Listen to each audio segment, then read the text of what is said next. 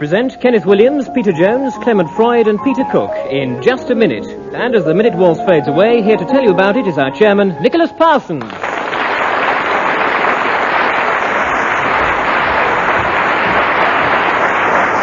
Thank you. Thank you very much. Hello and welcome to another series of Just a Minute, our radio panel game in which our four contestants pit their wits, their verbal dexterity and ingenuity against each other and try and speak for just a minute, if they can, on the subject I give them without hesitation, without repetition and without deviating from the subject on the card. This week, as you've just heard, we have three of our regulars and we welcome our guest, Peter Cook.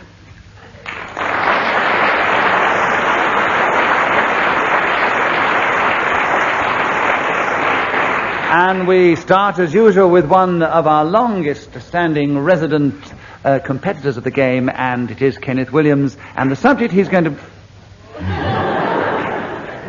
Oh. You see, even before I start, you heard the applause. It's incredible, yes. Isn't it? I know, from two people. Yeah. And Kenneth, an apt subject on which to start the new series, How to Get Cracking. That's the subject. You have 60 seconds starting now. Very appropriate to me, because nothing is more enjoyable than a boiled egg to begin the day. And you take the bowl of the spoon and crack it with that, and then a sharp whack with a knife, and you feel every bit as satisfied as learning that another nationalized industry has returned to its rightful owners. How my old aunt always used to put it. When it was a blue egg cup, she said, then a white egg was appropriate for it. But of course I won't go into... And Peter Jones has pressed his buzzer. Peter, what is your challenge? Repetition of egg. Yes, more than one. Peter, you have a correct challenge. You get a point for that. And you now take over the subject of how to get cracking. And you have 32 seconds left, starting now. Now, I would prefer a different diet altogether. Get a good pair of nutcrackers and some Brazils and filberts and chestnuts and coconuts and crack them over a warm fire with a bottle of rum or port perhaps beside you. Clement Freud has challenged. It was the rum on He said It was the rum on the warm fire that I was worried about. From a safety aspect. Well, he would be getting cracking in more ways than one, wouldn't he? Not just cracking, he would blow up.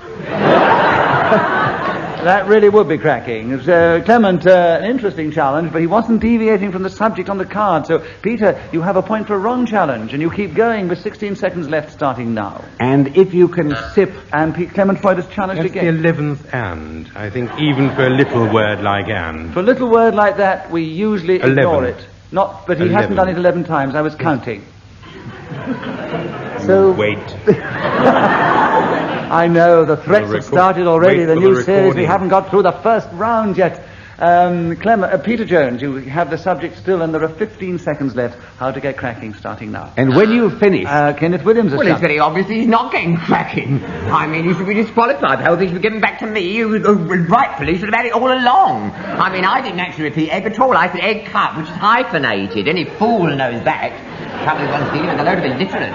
You had a brown egg. You had a brown egg and a white egg. You did have more than one egg, and actually I've never heard Peter start so quickly after I've said now, so... Oh, he's wonderful, isn't he? Oh, no. No, I've got to try and be fair, otherwise I'm going to be sent up rotten by all of you. So, Peter, we only went for half a second. There are 14 seconds left on how to get cracking, starting now. And at the same time, you Peter Cook has challenged you. I think I have to agree with Clement here. The use of the word and is getting the whole thing, is becoming demeaning, I think, to all of us Demeaning, here. that is the right, you are right, you put your finger on it, it's demeaning. Yes. Demeaning, that is the right word to you. I don't know what you're all talking about. Repetition of demeaning. There's very little meaning at all. Peter, as you are our guest, and he now has done it 11 times, I will then give you the benefit of the doubt and say we've had really a bit too many ands, and we will hear from Peter Cook now with 13 seconds to go on how to get cracking, starting now. Nothing so enhances a day as the beginning of it. And when it arrives, you feel a strange movement in the sheets, and yet, for a certain time, you are not certain what...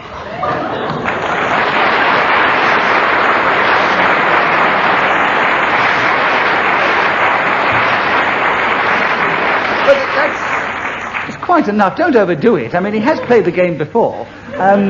Peter, as you were speaking, Peter Cook, when the whistle went, you get an extra point for that. And so you, at the end of the first round, have 2 points. Peter Jones has got 4, and Clement Freud and Kenneth Williams have yet to score. Oh. Peter, we would like you to begin the next round, and the subject is the 7 wonders of the world. So, Peter Jones, will you tell us something of those in 60 seconds, starting now? It's not very long allowed to speak about the 7 wonders of the world, but I'll try. The pyramids of Egypt and the statue of Zeus, the Colossus of Rhodes, the Hanging Gardens of Babylon, and 3 others too well known to mention. Now, they were listed by the Greeks when they were sending people abroad to tour the world, and like tourists do now, and they were given this list so that they didn't miss anything that was really important, and they considered these 7 items far more necessary to their education. Clement Freud. I thought there was hesitation. I thought there was more than one, yes. I didn't count the Ers because I know you don't like to have countings. But, Clement, I agree with your challenge. You have a point and 24 seconds left. Ers, did you say? Ers. That's one of the wonders. Yes, yes. Ers. You were to err is human. Yes. No. Oh, no, it's not worth that, please. Otherwise, he might get worse. The 7 wonders of the world, Kenneth Freud, is the subject, and you have 24 seconds left, starting now. It is an extraordinary thing that whereas the 7 wonders of the world are so very well documented, people will keep talking about the 8th and 9th wonder as if that impressive list needed addition, which, of course, is totally unnecessary. Kenneth Williams would love to be among that category of humanity. Peter Jones, you've challenged. Deviation. Why? Well, he's supposed to be talking about the 7 wonders of the world. He's now talking about the 8th or 9th, or in Kenneth Williams' case, about the 1,005,000th.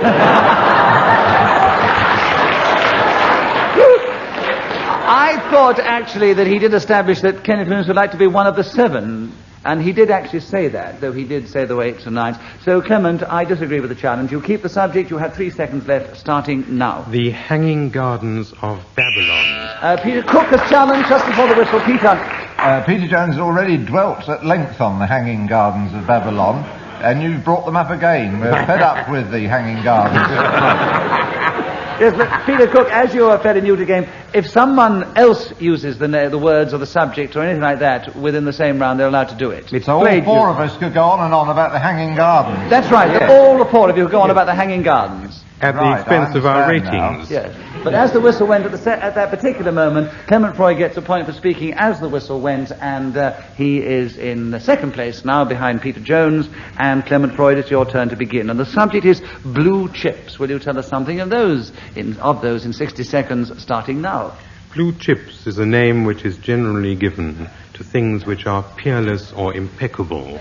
And I would like to tell you a story about a king who had 3 daughters. One called Ethelreda. The second was a redhead. No hair, just une tête rouge. And the third was named Gladys, for reasons into which I will not now go. And he was known as the blue chip throughout the kingdom. And there came a point in time when his progeny were preparing to find escorts, husbands, lovers, whatever people of noble birth look for at that particular period. Peter Jones has challenged. Repetition of particular. Yes, I know, but it's such a good story. Can't we hear the end of it?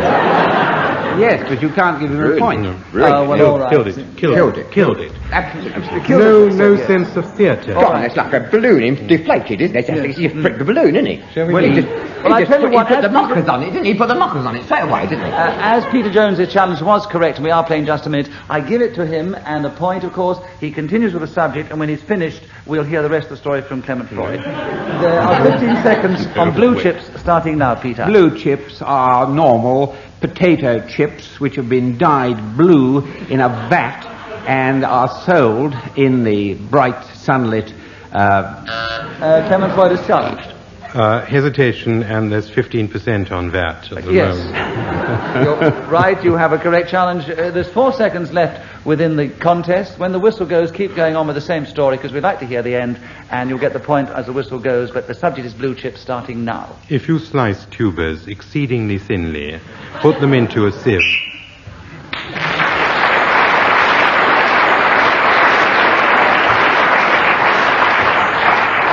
So we'll never hear the end of the story. Right.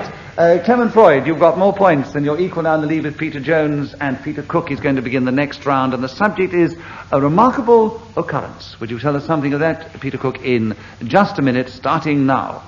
One of the most remarkable occurrences in my experience and during my lifetime, there have been many things which I would regard as extraordinary. But perhaps the most remarkable one was when I was aloft in a jumbo jet and a woman of mixed opinions sat next to me and gave forth to this utterance. "Brother," she said, in a voice strangely filled with awe, "could you possibly explain why you have such a peculiar accent?" I hesitated for a moment and said to her, "My dear lady, I have no idea. I was born in a part of the United States where people talk very weird." And she looked at me and said, "This is a very strange day for me, because when I got up, my little son, who's only 2 years old..."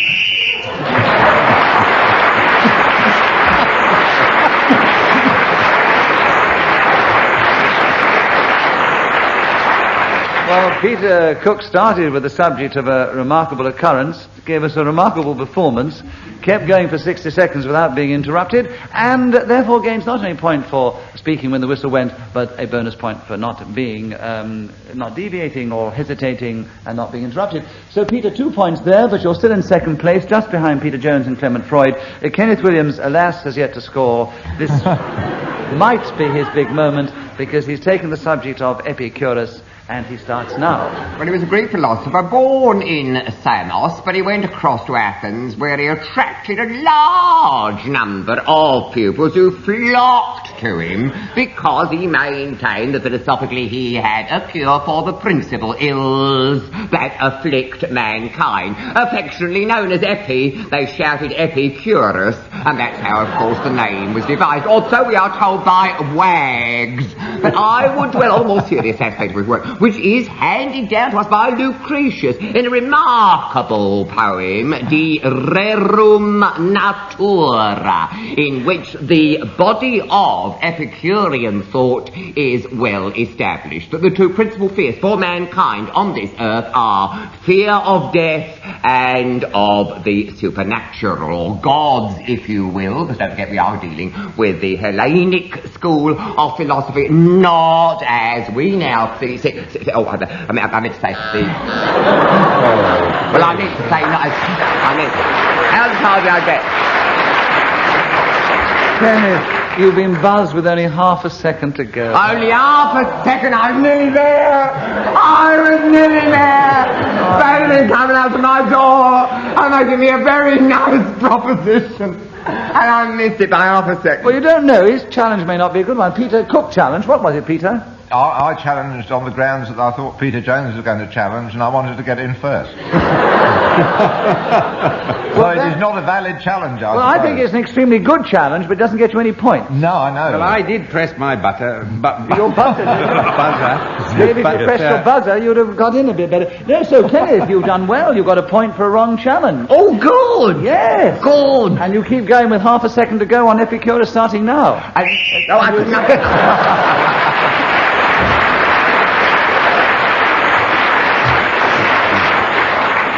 So, Kenneth Williams started with the subject, finished with the subject, got 2 points for doing so, and he's still in 4th place.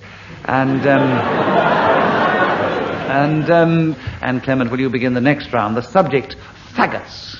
Will you tell us something of those in 60 seconds, starting now? Among other things, faggots are things that you buy... Kenneth Williams' challenge. There are 2 things. Yes. Among other things, faggots are things that you buy. Yes, Kenneth, Right. yes. Well, I thought you didn't hear. It was so sharp, I was shattered for a moment. No. There are 56 seconds for faggots with you, Kenneth, starting now. These are made from bits of sage and onions and meat and all kinds of rubbish are chucked into them. And, of course, there are other kinds of faggots that were chucked on the fire to burn people. Clement Freud is challenged. Well, repetition of chucked and a few other Yes, repetitions. you chucked the stuff in the first place, then you chucked it on the fire. So you had 2 chucks. Clement, you have the subject back with 48 seconds on faggots starting now. When you walk down Piccadilly with a poppy or a lily in your medieval hand, and everyone will say as you pursue your flowery way, if this young man expresses himself in terms too deep for me. This is from Patience by Sir W.S. Gilbert, and refers to... Kenneth Williams has Deviation has nothing to do with faggots. Wait. I'm not waiting. You've got 60 seconds. We're not supposed to stand around waiting. We're supposed to get it in 60 seconds. To be fair... That being fair. Rubbish. I'm fed up with the whole thing with a bald, pointless rhyme anyway. Rubbish, wasn't it? Load of rubbish. Kenneth, Waffle. I was very fair to you a moment ago. I'm going to be fair to you again. No, to be fair, Clement, I was saying to you, yes, Clement, you did go on rather long time before you got the connection, so it was a correct challenge from Kenneth Williams, faggots, and there are 30 seconds left, starting now. In the olden days, you made a bonfire of these faggots, and people were burned, for evil sorceresses were known to be shoved up. Don't make me laugh. It makes me laugh. That put me off. Hesitation. I'm He concentrating. got stuck halfway up the sorceress. And Peter Cook made him laugh, and he got the correct challenge, so Peter Cook, you take over the subject. And 20 seconds are left for faggots. Faggots are much maligned. What more delicious way to spend a cold afternoon than to warm your faggots by the fire and watch them slowly browning, turning endlessly on the skewers provided by purveyors of such things. The faggots themselves are things of beauty, which... Clement Freud is challenged. Repetition of things. There were, yes, and you've got him with 2 seconds to go on faggots, Clement, starting now. And very excellent they are also.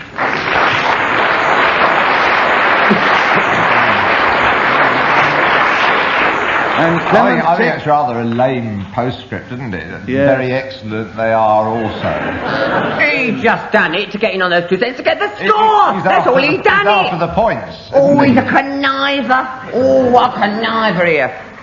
but he's taken the lead again, and you'll be pleased to hear that Peter Cook is still in second place, but Kenneth Williams has crept up only 1 behind Peter Cook in third I'm place. always doing that. I'll creep up, you know. Well, the last 2 or 3 times I pressed my buzzer, and there's no light, you see. And Never mind, don't wangle. He's always arguing and quarrelling and making these petty points. Just get on. Ridiculous. Don't matter who yes, scores. yes, You I play the must, game. Peter Jones, yes, I think there might be something wrong with your light, but we'll persevere. Peter Cook, will you begin the next round? The subject is Conductors, and you have 60 seconds starting now. Yes, Peter Jones challenge. Hesitation. Yes, he never started at all, did he? 2.5 seconds nearly. Peter Jones, the subject is Conductors, and there are 58 seconds starting now. Well, some of them are awfully nice, I think. The way they go around up and down the steps of the buses and collecting the money, giving the tickets, and they're so very good-tempered when the bus is Peter crowded. Cook has challenged you. They can't give the tickets that they've collected money. They're purveying them. They haven't been given. They've been bought. Oh, they are giving them out, Peter. Of course they are, yes. I was just annoyed that I hadn't started.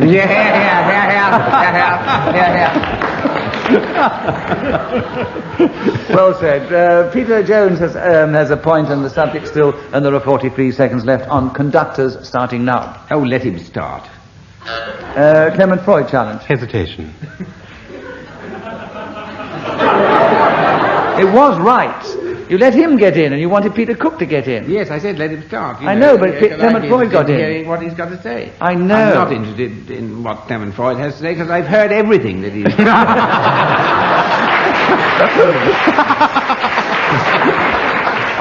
So Clement Freud got in, but as Peter Cook's our guest, we'll give it to him, and that's what Peter Jones wanted. And there are 45 seconds left on Conductors. Peter Cook starting now. These jolly men and women dressed in their traditional costumes who roam throughout the buses looking for people willing to part with money form an integral part of the British way of life. Many that... Peter Jones is challenged. I think that's enough.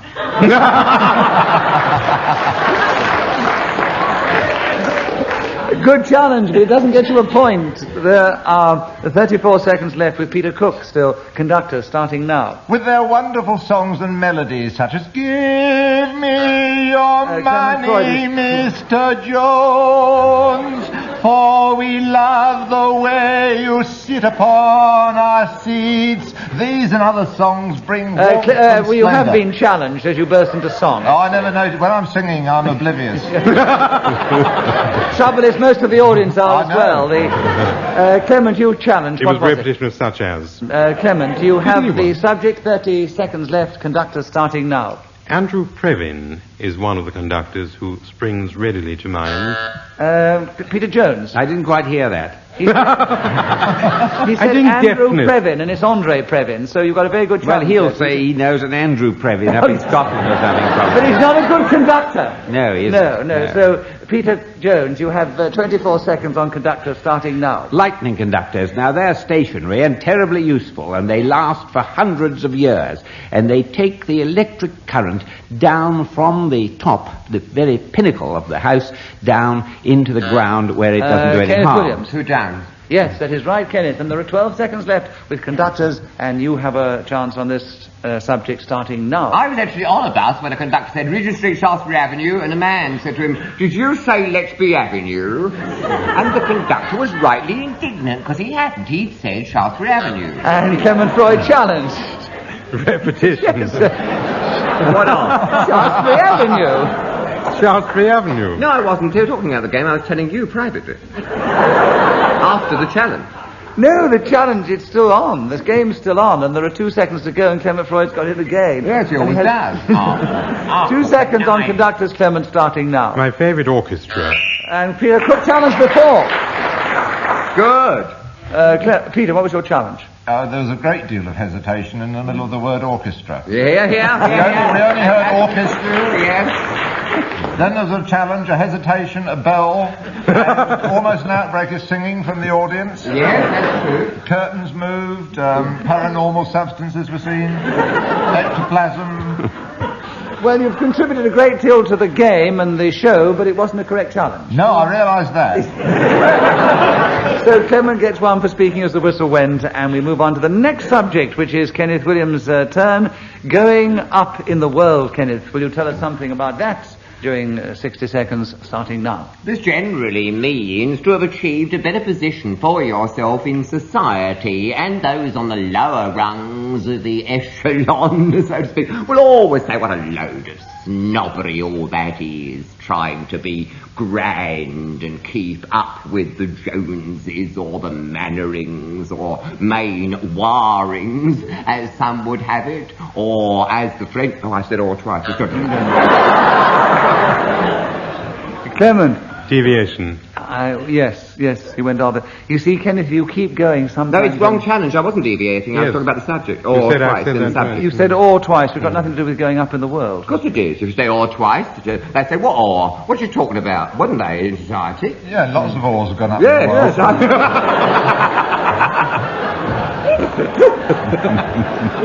world. Brilliant point, yes. Yes. But it doesn't get him a point. So, Clement, you have... Don't force yourself. I'm trying to be accurate. There are 34 seconds, Clement, going up in the world, starting now. We once had somebody who worked for us in the basement who went up in the world so amazingly quickly. Peter Jones. Who does he mean, we? Did he mean Kenneth and him? What does he mean? I imagine he means his family and his whole entourage that live in his establishment, and I think right. he's entitled to use the word we. Absolutely right. Is he entitled to keep his slave in a cellar? Yes,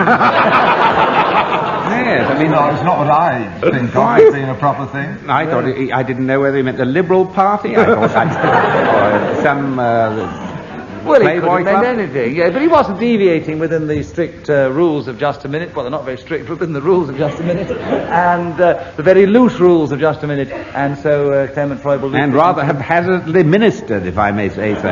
Yes, thank you. That didn't get any reaction from the audience, so entirely on my side. And there are 29 seconds left, Clement, going up in the world, starting now. Anyone who goes to Hampstead Heath on November the 5th, Guy Fawkes night, will see an amazing number of things going up in the world. anything except Catherine wheels, which go round in the heath. So, Peter Cook is challenged. Hesitation, going round. Is this Catherine, the one you kept in the cellar? I mean, She was doing her cartwheel. Doesn't hold water at Peter all. Cook, you have 16 seconds left, and the subject is going up in the world, starting now. To go up in the world, the real way to do this is to acquire things which are inner beauty, and he said inner twice. Clement Freud is challenged. He said inner twice. He Yes, said, he did said say inner inner twice, and that he's our guest, and he can't possibly win the contest. Well, he said it 3 at the end of the last round. Oh. I'm not going to take it away from him because we want you to finish give him an this extra particular point. round and this particular week, Peter Cook, and there are 6 seconds left, going up in the world, starting now. Within us all is the chance to find a thing of beauty so divine, the poet said, that no one bothers.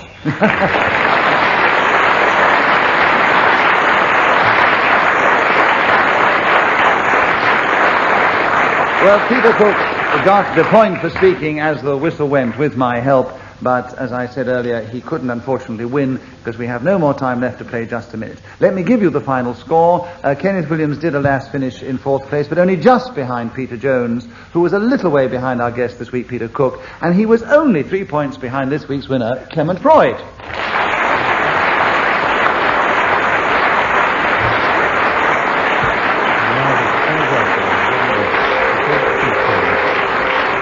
We do hope that you've enjoyed this edition of Just a Minute, and we do hope that you're going to enjoy the rest of the series. We'll be with you again, playing the game, same time next week. Until then, from all of us here, goodbye.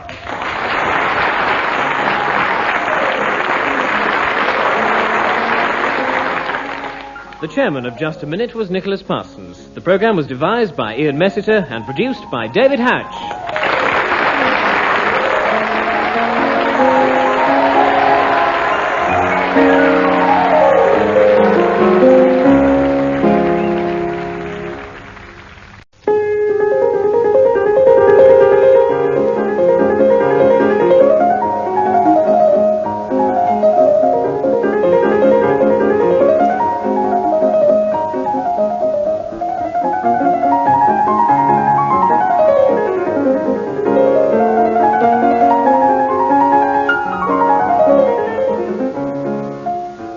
Kenneth Williams, Peter Jones, Clement Freud and Lorraine Chase in Just a Minute. And as the minute waltz fades away, here to tell you about it is our chairman, Nicholas Parsons.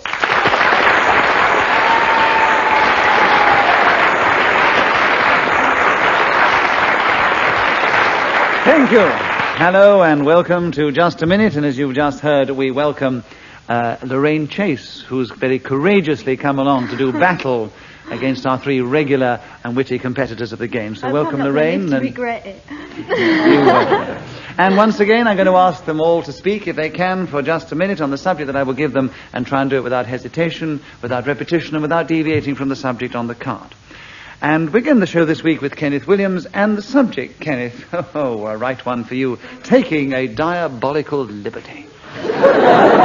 Will you tell us something on that subject and do it in 60 seconds, starting now? Well, surely no more diabolical liberty was ever taken than that which was perpetrated by Napoleon when he left Elba. Because, A, it was certainly diabolical, and the liberty was not one which had any validity, do you see? But Lorraine Chase has I can't challenged you. understand a word he's saying. Am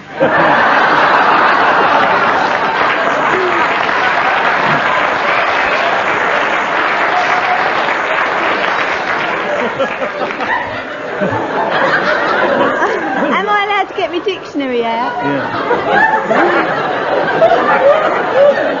well, I can't translate it, can I? There are 35 seconds left, Kenneth, for you to continue on the subject, having gained a point for an incorrect challenge, and the subject is taking a diabolical liberty, starting now. One of the interpretations, since I was interrupted in my flow about Napoleon at Elba, so I can't continue with that, is that diabolical liberties are taken when people assume, or shall we say presume, upon the generosity or kindness, albeit unwillingly, be given of one's host or patron, as the French always put it, because they... Clement Freud has challenged. Repetition of Napoleon and Elba. Yes. Well, a bit late in the day, wasn't it? He hung that out. He just hung it out to get in on the last few seconds. You know that, don't you? You know the awful I was going to get that. And that's like if he said it before. Actually, it was a very shrewd tactic, as I spotted it, as I have to listen. So did I. Well, I thought it didn't matter because he said it on the first half. No, if he repeats it, and you've interrupted him and he repeats it again, you get in there. Oh, story of my You life. didn't clock it. But anyway, late. Clement very cleverly came in later, because now he only has 12 seconds to talk on the subject. He gets a point for a correct challenge, and he has the subject taking a diabolical liberty starting now. This is a rot... Peter Jones, a challenge. Hesitation. Yes, Peter, well done.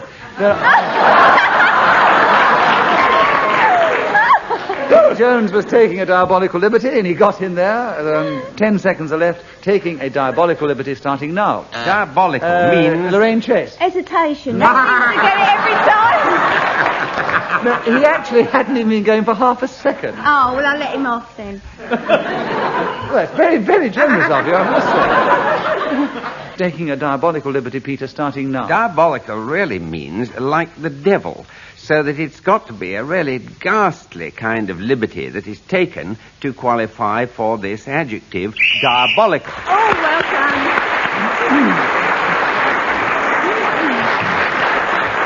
So, Ian Messiter, who blows the whistle when 60 seconds is up.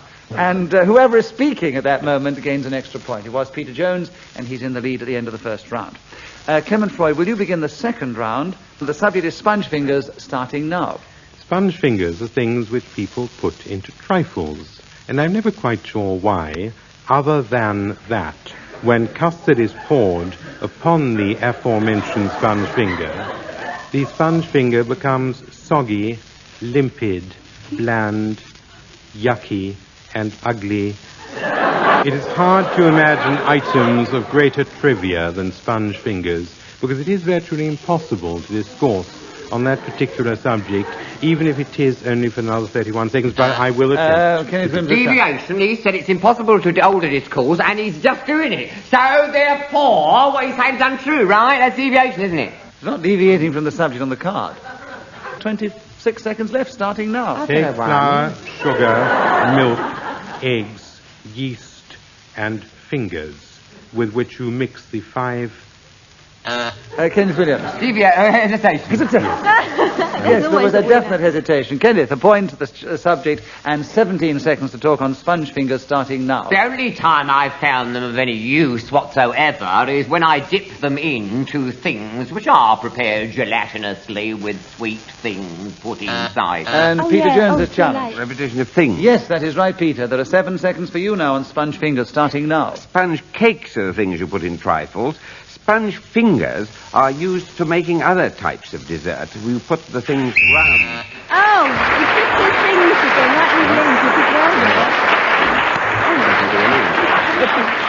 that Peter Jones was then speaking as the whistle went, so he gained an extra point for doing so. And we now... Peter Jones, it's your turn to begin. The subject is tongue twisters. Can you tell us something about those in just a minute, starting now? Peter Piper picked a peck of pickled pepper. Now, that's one tongue twister. And I don't like them because, apart from anything else, they're so terribly far-fetched. It's just ridiculous to imagine someone picking that quantity of pickled pepper, which I've now repeated, of course. Clement Freud is challenged. he did. Yes, he did tell us why. Yes. All right. There are 44 seconds on tongue twisters, Clement, starting now. So she bought some bitter butter, put it in her bitter batter, and you can't really do tongue twisters on this program because they are incredibly repetitive, even while they have no element of hesitation about them. I particularly admired Mr. Peter Jones' tongue twister because it's one that I can never remember, whereas the ones that I recall... Kenneth Williams, the challenge. Hesitation. No. Well, it was boring then. So I agree with you about being boring, but he wasn't actually hesitating. And so he carries on, if he can, on tongue twisters with 23 seconds left, starting now. I don't think I can. And Lorraine Chase has challenged. Well done, Lorraine. That was very quick of you. And you have 20 seconds. Touch it. You start now. Well, tongue twisters. Well, I'm not really authority on things of this nature, this ilk. But I'll have a go, because I'll have a go at most things. Well, almost at most things. But have I done it yet? Tongue twisters are, let me... Hesitation. She's hesitating all the time. Yeah, I know she was. There are 5 seconds on tongue twisters with you starting now. This does not occur with someone whose diction is as exquisite as mine. When you say what an unsupersedable...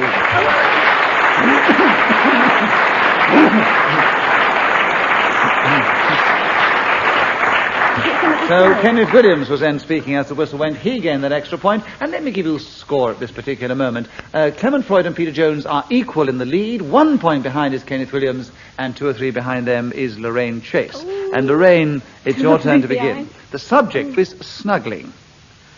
Will you tell us something about snuggling in just a minute, starting now? You've obviously never snuggled. Kenneth Williams, you challenge. Hesitation. A very definite hesitation, I'm afraid, Lorraine. Couldn't even get going. I was dumbstruck. There are 57 seconds on snuggling with you, Kenneth, starting now. The reason Lorraine Chase can't talk about snuggling is because she is, though appearing to be worldly, a naive creature who's never been out with boys and got into what we would call a snuggling embrace. She doesn't do it. She doesn't know what it means, and therefore is totally unable Peter Jones has challenged. to discuss it. Well, it's absolute rubbish, of course. Because you know from personal experience, do you? No, I wish I did. But he repeated doesn't, and I thought it was altogether embarrassing. It was prying into someone's personal life, and it had no business on this program. What is your challenge, Peter? Repetition of doesn't.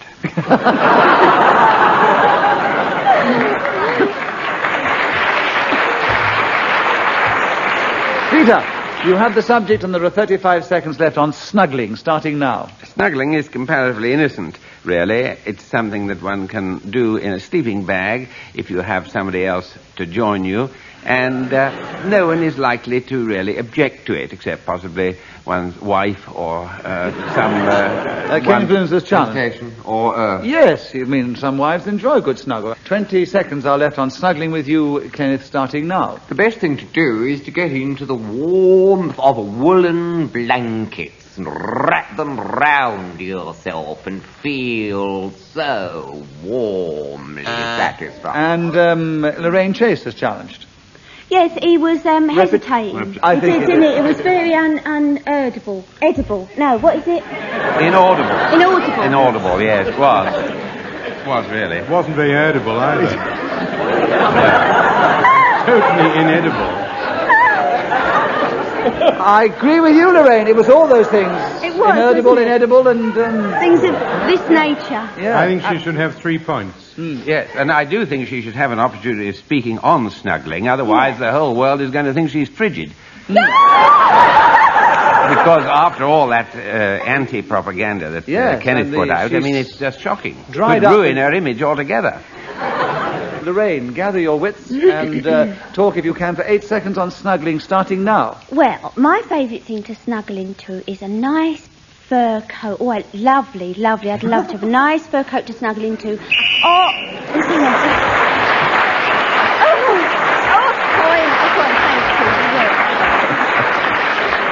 Well, much to everybody's delight, Lorraine Chase did keep going for 8 seconds, and she repeated the same words about 8 times. She got a point for speaking when the whistle went, which is so important. She's still a lass in 4th place, but she's doing very well. Kenneth, your turn to begin. The subject is St. George. Will you tell us something about him in just a minute, starting now? Great doubt has been thrown on the validity of his sainthood when Rome pronounced that no records provide for any knowing canonization of this particular man. He was confused by Gibbon with George of Cappadocia, and that was a very foolish thing for him to have done, because the tomb at Lydda, where they say he is interred, is probably nothing to do with the St. George of the Eastern Church, and they all assumed all along that it was. But if you trip... Peter Jones has challenged. Repetition of assume. Yes. They assumed something earlier on in your dissertation. It's also a repetition of St. George because it wasn't the St. George he was talking about earlier. But it's deviation from the subject on the card, which is St. George. Oh, that's very clever. Peter Jones, the subject is St. George. There are 31 seconds left, starting now. Well, he's usually identified with this character who went out and defeated the dragon, which frightened everybody else, and he gave his name to a number of pubs, apart from anything else, the patron saint of the country, and these... Kenneth Williams. Hesitate. Yes. Kenneth, you have the subject back of St. George, and there are 17 seconds left, starting now. What Mr. Jones, in his lamentable ignorance, failed to tell you is that he is the patron saint of Portugal. Now, why they should have chosen him, I can't imagine. Peter Jones has challenged. I think that's deviation. He's telling the audience what he says I failed to tell them, which is not the point. He's supposed to be telling them what he wants to tell them, not what I failed to tell them. He talked about your lamentable ignorance, which is deviating from the subject of St. George. Yes, well, my lamentable ignorance is fairly well known now. I've been parading it over the air for years. But I don't want him to do it for me.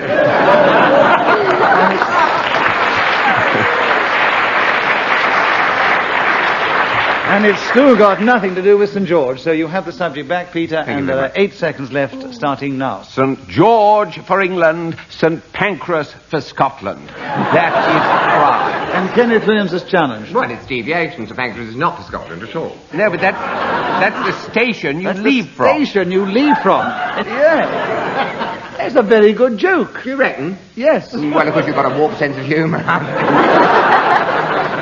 Peter, you have 2 seconds on St. George, starting now. St. George. And Clement Freud has challenged. Hesitation. No. Yes, I think so. Rubbish. Yes, Peter, you have another point in 1.5 seconds on St. George, starting now. We have a statue of him in St. John's Wood. Well done. Well, Peter Jones gained the extra point for speaking as the whistle went and a number for incorrect challenges, so he now has a very positive lead at the end of that round. Clement Freud, will you begin the next round? The subject, Blackjack. Will you tell us something about that in just a minute, starting now? There are an awful lot of definitions of blackjack, amongst which I would like to draw the attention of listeners to a substance with which soup is made darker than it was intended by the culinary expert who first thought of it. But possibly blackjack in most people's minds conjures up a game of cards also known as pontoon or 21, blackjack being the casino version of it, in which the banker deals cards to customers and pays out to anyone who has closer to the magic figure of 21 than does the employee of the house who has put up the money and therefore has proprietorial charge of the casino in which this... Lorraine Chase has challenged. Casino. Repetition. Yes, well, listen.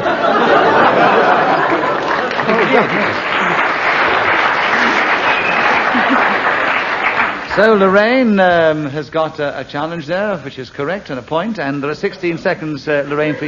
Yes, you've got to talk on the subject. Now, you've got it.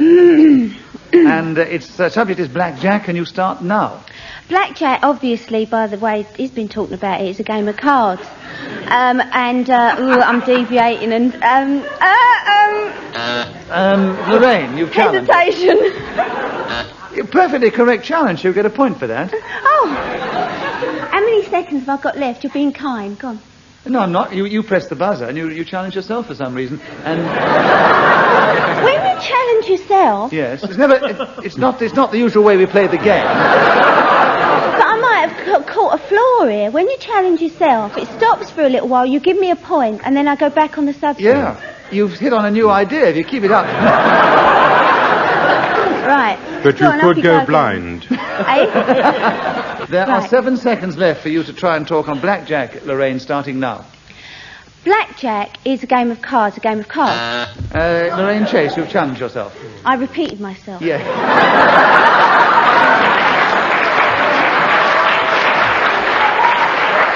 I could keep doing this all night. Ladies and gentlemen, we are now moving into a whole new era of panel games. No, I'm cheating. Go on. You may be cheating, but you're also winning points. There are 3 seconds left for Blackjack with you, Lorraine, starting now. Blackjack? You've been challenged by Clement Freud. Repetition of horseradish.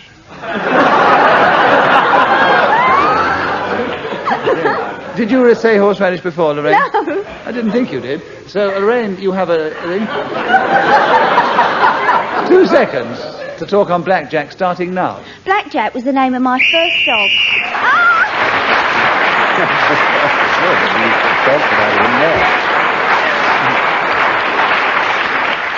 So I guess Lorraine Chase playing the game in her own individual way. Cheating desperately. No, I don't know. It's rather unusual. Resourceful. Resourceful is the word. Thank you very much. Yes. You haven't quite caught up our leader, Lorraine, but Which you me? have You mean me? No, Peter Jones. Oh. But gaining so many points in that round in your resourceful way, you have come into second place ahead of Clement Freud, who's now trailing in fourth place, which is unusual. Kenneth Williams is in third place, and Peter Jones begin the next round, and the subject is thoughtfulness. Will you tell us something about that, Peter? 60 seconds, starting now. Yes, well, that's a very nice quality, which I think I possess in a modest amount.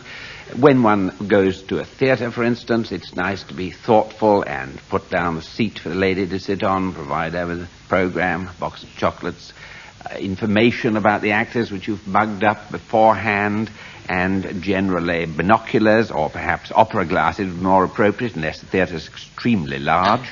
Lorraine Chase has challenged. Theatre. Yes, that's she right, mentioned the word yes. theatre. Well, listen, Lorraine, very well done. There are 35 seconds for you to talk on the subject of thoughtfulness, starting now. Well, I think he's thoughtful too, and I quite like the idea of him going to the theatre and doing all those nice things for people. How kind. When do you go to the theatre, though? Well, I love chocolate. when are you free? Well, I could fit it in. I could fit it in. Yes, well, what about...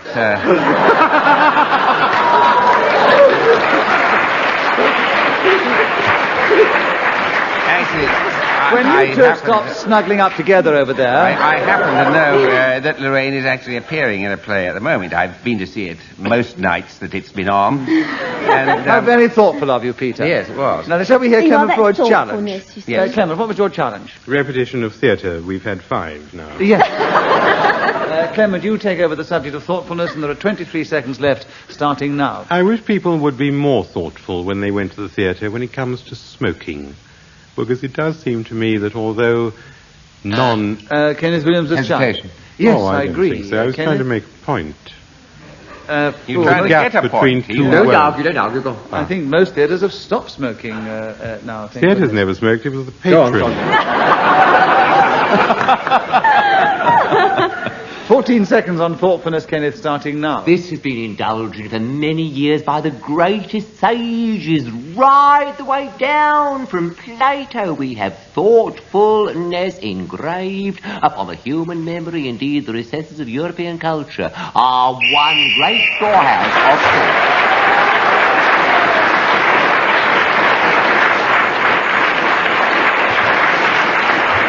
So at the end of that round, Kenneth Williams was speaking as a whistle went, gained that all-important extra point. Kenneth Williams is now in second place alongside Lorraine Chase, and where better to be. Peter Jones is still in the lead, and Clement Freud is trailing a little. Lorraine, it's your turn to begin, and the subject is clothes. Will you tell us something about those in just a minute, starting now?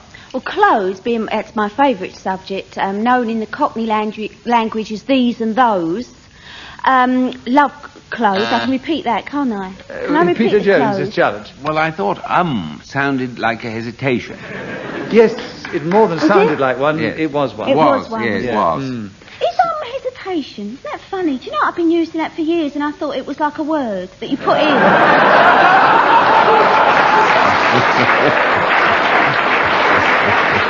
It's amazing, isn't it? You can all learn a lot on here, don't you? If you thought was a word, what did you think was? Well, the same thing. You know, you bung end in if you're a bit confused how to put a couple of sentences together. You bung an end in. Well, I thought when you was talking and you didn't know how to get from one bit of conversation to the other, you put things of this nature to colour the conversation, to make the sentence a little bit... Well, you do, actually, but down not to in this earth. game, you see. Oh. That's why I'm so hopelessly bad at it. I mean, I can Peter, talk you're doing to people. extremely Yes. well this week, and you have the subject again of, not to have this subject for the first time, of clothes, and there are 51 seconds starting now. They maketh the man. That's the story we hear. Well, of course, it's absolute rubbish. But clothes... Kenneth Williams' challenge. He's misquoted. The proverb is manners maketh man. What is your challenge, then? He said clothes make them, they don't. Well, he still wasn't deviating from the subject. Of course he is. If he deviated from the truth, you great nit. Everyone knows this. He was just misquoting, but he wasn't deviating from the subject of clothes. Deviation. It doesn't say deviating from the subject. It says deviation. You mustn't deviate. That's what it says. It doesn't say from the subject. It says deviation. The inventor sitting beside me. It's deviating from the subject on the card, isn't it? Deviation from the subject, yes. Yes, clothes. He wasn't Fancy deviating. asking him. He's a bigger twerp than him.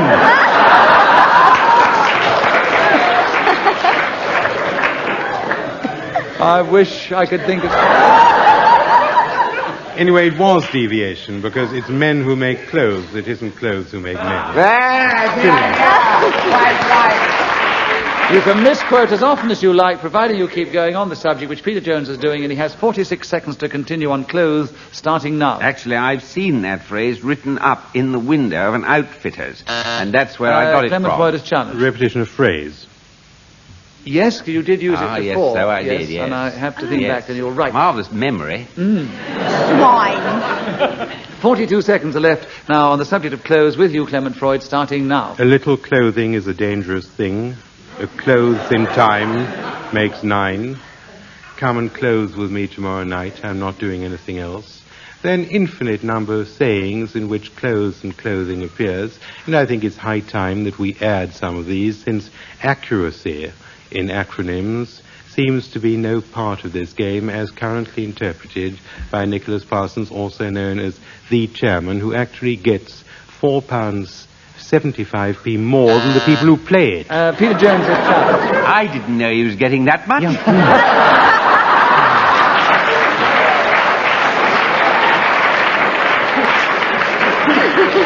Who's your agent, Nicholas? But I know. It's Get him working for me. ridiculous salary, yes. We don't get very much, but, No. you don't get much more either, do you, Peter? Well, I get the pencil and a pad. And you also get the subject, because fare. he was deviating from clothes, talking about Nicholas Parsons, and who wants to deviate as much as that?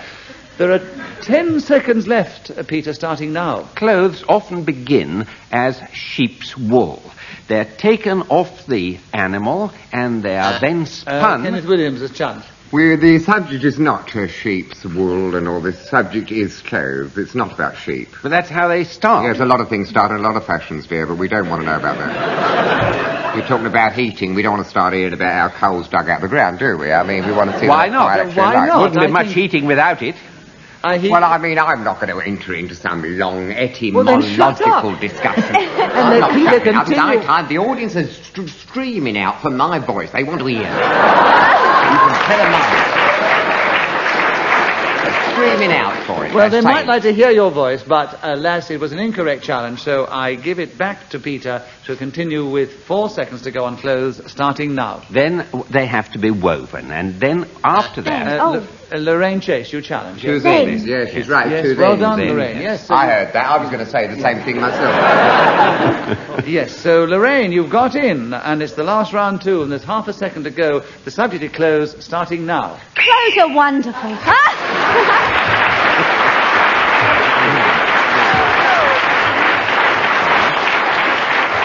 Well, alas, we have no more time to play just a minute, so let me give you the final score. For once, Clement Freud finished in 4th place, but only just behind Kenneth Williams, and he was just behind our guest, Lorraine Chase, who, and she's They're challenged. just twice.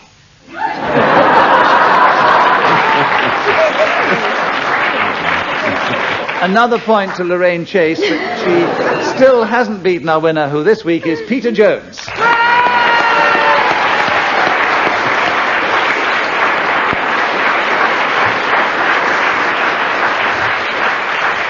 So Lorraine was really getting the hang of things at the end. We hope you've got the hang of things now. We hope one day we'll all have the hang of things and we'll all be playing Just a Minute forever, because we love the game. We hope you've enjoyed listening, and we hope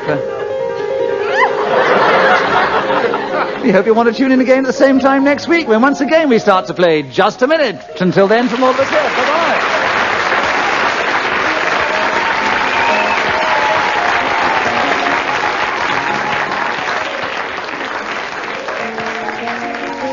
The chairman of Just a Minute was Nicholas Parsons. The programme was devised by Ian Messiter and produced by David Hatch.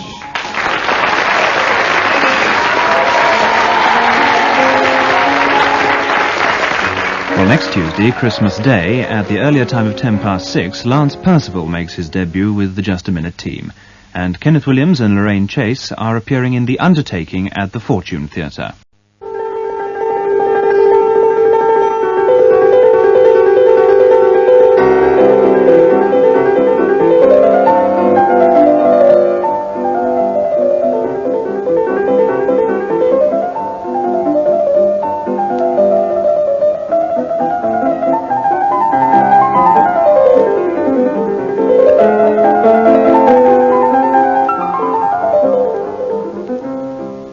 We present Kenneth Williams, Clement Freud, Derek Nimmo and Patrick Moore in Just a Minute. And as the minute waltz fades away, here to tell you about it is our chairman, Nicholas Parsons.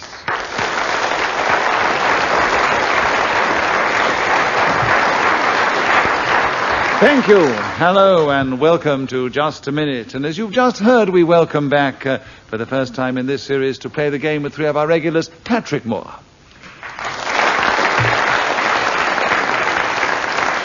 Patrick is going to pit his wits and his incredible verbal dexterity against that of our three regulars who have shown theirs to great effect in Just a Minute. And as usual, they're going to try and speak, if they can, on a subject that I will give them and do it without hesitating, repeating themselves or deviating from the subject on the card. And we begin the show this week with Kenneth Williams, and who better?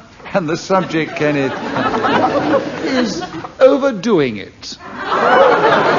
Something which I know you have never done in Just a Minute, but would you talk on that subject for 60 seconds, starting now? It usually means giving undue stress to a subject or indeed a word which the audience feels is not warranted. For, as our great Shakespeare rightly says, the purpose of playing was and is to hold us to where the mirror up to nature, show her to her own feature scorn, his own image in the very age and body of the time, its form and pressure. Now this overdone... Patrick Moore has challenged. Shakespeare didn't say that. It sounded like Martian to me.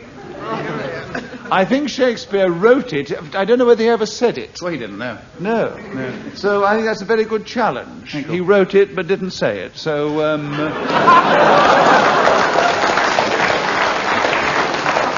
Patrick, you have the decision. You have a point for a correct challenge, and there are 35 seconds left for overdoing it, starting now. I would personally never dream of overdoing it.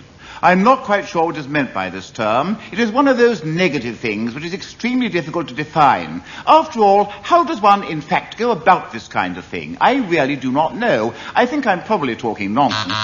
Clement Freud has challenged. He repeated, I think. He did. Twice more than once. Yes, and Clement, you have a point for a correct challenge, and you take over the subject of overdoing it, and there are 20 seconds left, starting now. I would say a fair definition of overdoing it is to give undue stress to one word over another, so that the meaning of what you intended to say is distorted in the ears of your audience. Kenneth Williams is an expert on overdoing it. I've been sitting next to him now for some 12 years. And Patrick Moore challenged just before the whistle. You've not been sitting next to him for 12 years. You've been sitting next to him for 4.5 minutes. Oh, I think metaphorically speaking, in just a minute. He's not talking metaphorically. He said he'd been sitting next to Kenneth Williams for 12 years. I completely...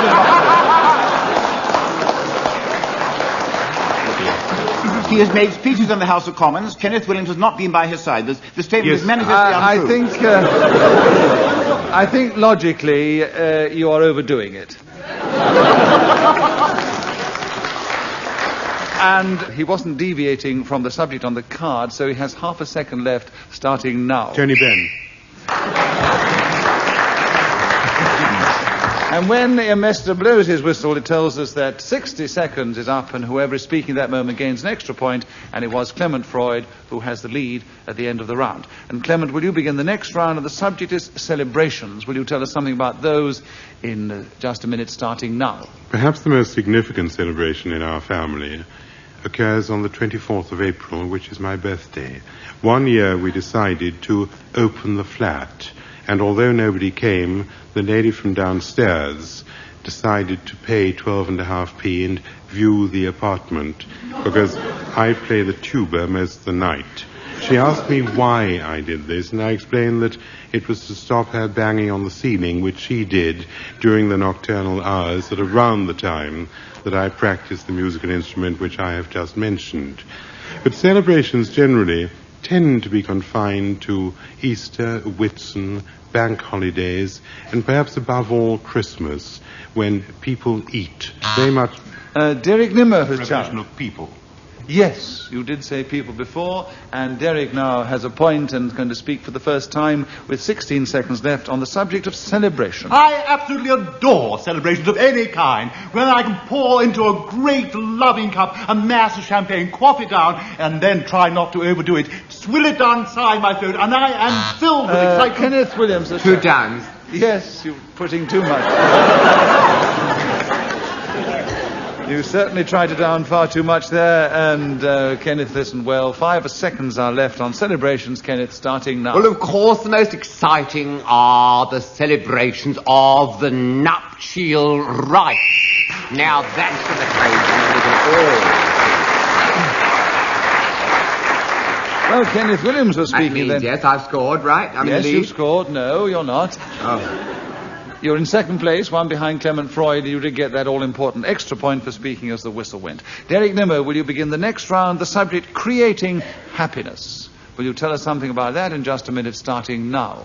I think it's very important to try to create happiness these days. So much effort goes into creating misery that to actually create happiness seems to be so much more positive and so easy it is to do, because one can start off the day with a little paper bag filled with dolly mixtures, and as you pass children in the street you can give them one of these pieces of confectionery, and how grateful they are, don't you find that? You can see lame dogs, help them across roads, blind beggars on every corner, slip them a penny farthing, if that's a bicycle, probably it is, isn't it? Yes, no, or whatever, something like, to create a little happiness. Christmas crackers are another way of creating happiness. Find a stray fellow, go up to him with your piece of paper, ask him to pull one end, off he goes, bang, and then comes out a lovely little novelty, perhaps a key chain, and they say, oh, gosh, I feel so much better today, and I do agree with them, I kiss them both. That is, if they've got 2 cheeks, if you see what I mean. You probably don't. I'm not too sure either. But to create happiness, I think, is something which we can do very simply. Sometimes...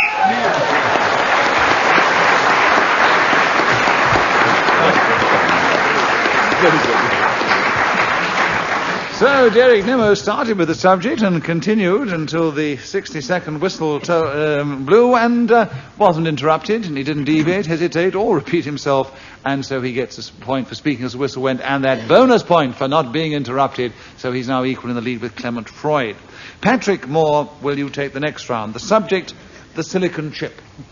I'm sure you know more about that than any of us here, so will you tell us something about it in 60 seconds, starting now? I was offered a silicon chip quite recently. I went to a restaurant. It was, in fact, a Greek restaurant.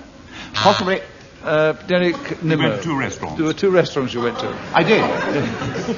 But you repeated the word restaurant, which is incorrect in just a minute, so Derek takes the subject, and there are 53 seconds on the silicon chip, starting now. As Kenneth Williams was saying to me most amusingly before the performance started this evening, he said, Patrick Moore looks like a great big unmade double bed with a silicone chip. Patrick Moore. This is manifestly untrue. Can we put it to the audience? I only have 2 legs. A bed has 4 legs. I have only 2. I can prove it. Yes. Therefore, I do not look like a bed. Well, not like a bed, but, Yes, you were saying? It may be true, as somebody once said, that I gave every impression of having been somewhat hastily constructed, but that's not the same thing. Like an unmade bed? No. Yes, he was not talking on the silicon chip, so he was talking about you as an unmade bed, which is deviation, and there are 46 seconds for you to take over the subject of the game, Patrick, starting now. As I was saying, before being so rudely interrupted, I went... It's Kenneth Williams this time. Deviation, he's supposed to be talking about the silicon chips, not about being interrupted.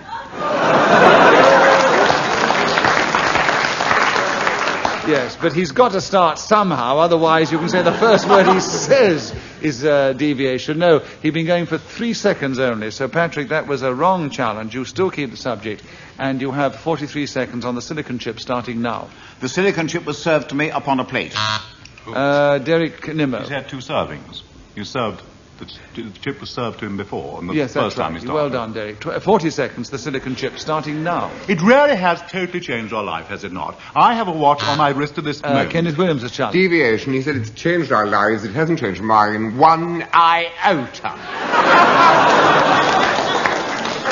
Therefore, it's deviation, and I challenge on that basis, as I have the right to do under the rules of this game. That's right, you challenged rightly, and you are incorrect.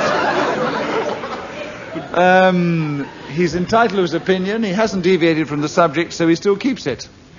And, Derek, you have 36 seconds on the silicon chip starting now. The particular timepiece. Clement Freud has challenged. Hesitation. Yes, I agree. Yes, you hesitated, yes. And you now have the silicon chip, Clement Freud, and there are 34 seconds starting now. I must say, like Kenneth Williams, the silicone chip has not changed my life one iota, although my daughter Nicola is going to give me a game which is activated by a silicone chip, and therefore costs rather more than if it had a battery or an electric light bulb to generate whatever motor there may be inside it. The silicone chip is something which unions are incredibly worried about, because they feel that unemployment will rise infinitely, while silicone chips take the place of workers who are currently assembling electrical modules.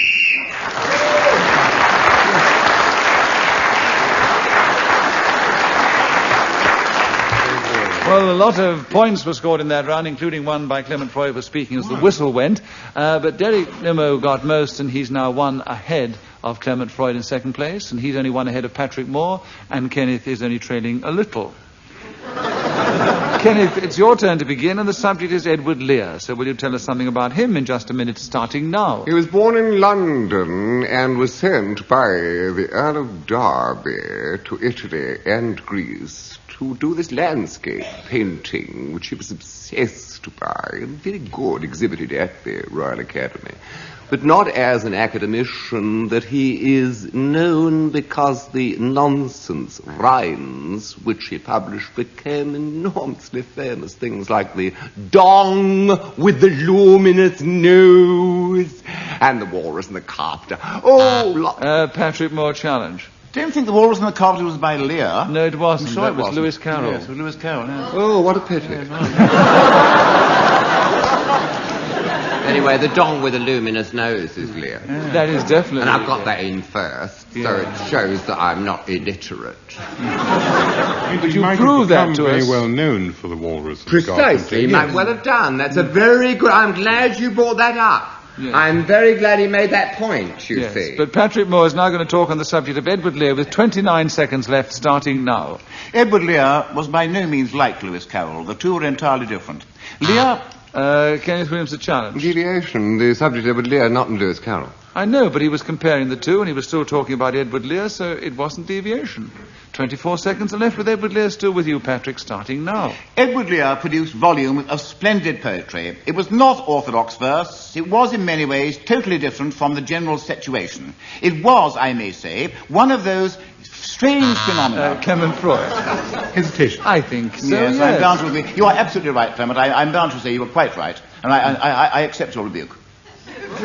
So we can manage without a challenge. Yes, you can, yes. 13 seconds are left for Edward Lear with Clement Freud starting now. One of the most difficult things about Edward Lear's poetry is that he is enormously repetitive. And if one were to say, for instance, he went to sea in a sieve, they did, the next verse, next line would... Sorry, repetition. The next, yes. There are 2 seconds for you on Edward Lear, Derek, starting now. At Knaisley Hall, the Earl of Derby...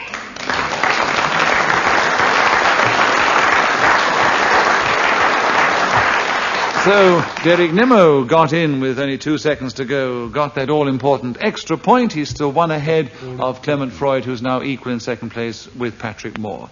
And, Derek, will you begin the next round? The subject, Malacca. Will you tell us something about that in just a minute, starting now? If one drives north from Johor Bahru, some 70 miles along the Tar Macadam Road, one comes to the beautiful Portuguese-founded city of Malacca. Quite one of the most beautiful parts of the Malaysian peninsula. Founded, as I say, by the people from Portugal in about 1507, the very first trading post that they established in Asia. And there it was that St. Francis Xavier was first buried before being taken to Goa. The Dutch took it in about 1640 and then swapped it with the British for a piece of Sumatra in the 18th century. Clement Freud is challenged. Repetition of beautiful. Yes, that was a long time ago. How very clever of you. Well, he went on a bit. Yes, he was very kind. He let you go on a bit, but right at the beginning you repeated beautiful. And Clement, you come in with 27 seconds left. As long as that, is it?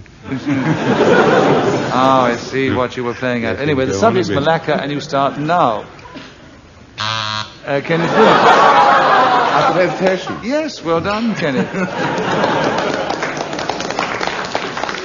And generously played by Clement with 26 seconds on Malacca starting now. Well, of course, it's the place that they produce the oil, and they have these anti-Malacca covers on the cars and the seats, you see. And Derek Nimmo challenge. Oil called Macassar. oh, that's right, anti-Macassar on the car. And this place produces canes, Malacca canes. That's what I meant to say, Malacca canes. And they used to use them as a sort of swagger stick, you understand. I said, Kenneth, save it in case you get in, because you've been challenged for deviating. I beg your pardon. I withdraw. 19 seconds with you, Derek, on Malacca starting now. Sitting outside the Old Shah Hotel in Malacca, I was sipping at a planter's punch, which I'd followed with a Singapore sling, which is made out of cherry brandy, gin, and an assortment of fruit juices. Clement Freud. Deviation. Why couldn't the planter sip at his own punch? Very, very ingenious. Sipping another planter's punch. We knew what he meant. It was the drink, and it was his own drink, and well tried. And 7 seconds still with Derek Nimmo on Malacca. From Kuala Lumpur, one goes through Port Dickson to arrive at the astonishing sight of this huge, great cathedral.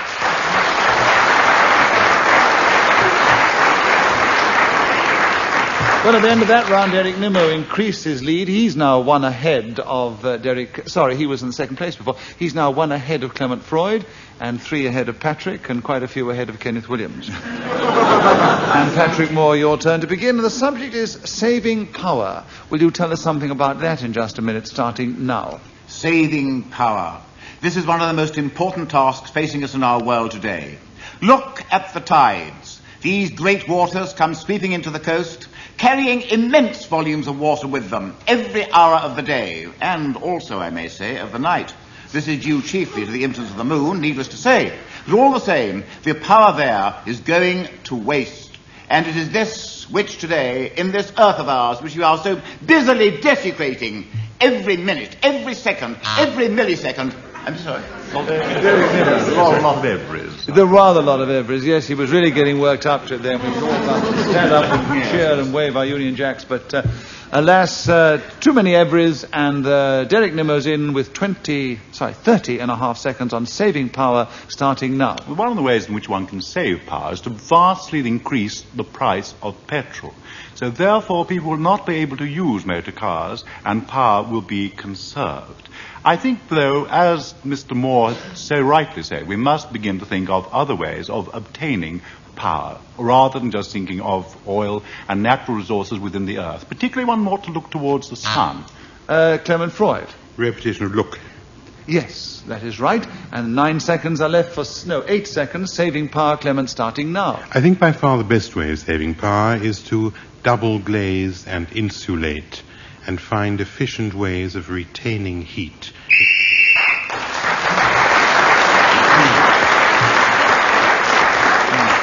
Well, now Derek Nimmo and Clement Freud are equal in the lead, ahead of Patrick Moore and Kenneth Williams. And Kenneth, your turn to begin. The subject is what to say to a friend in hospital.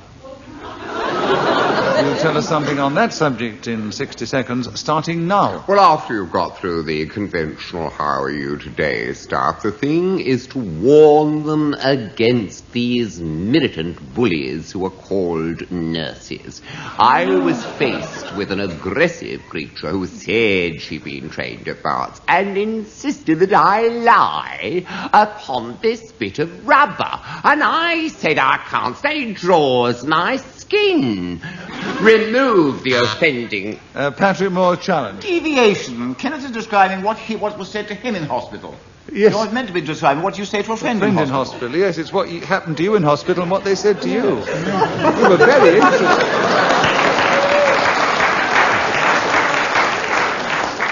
There are 27 seconds for you, Patrick, to tell us what to say to a friend in hospital, starting now. If I go to see a friend in hospital and he's not particularly well, my main efforts are to Derek Nimmo. There's not much point in going to see him unless he's unwell, is there, really? Well, some people can be recovering, some people can be convalescing. Right. So I don't think that was deviating from the subject. So, yeah, Patrick, you still keep it, and there are 20 seconds. What to say to a friend in hospital, starting now. My main wish is to not to cast an atmosphere of gloom and depression and morbidity.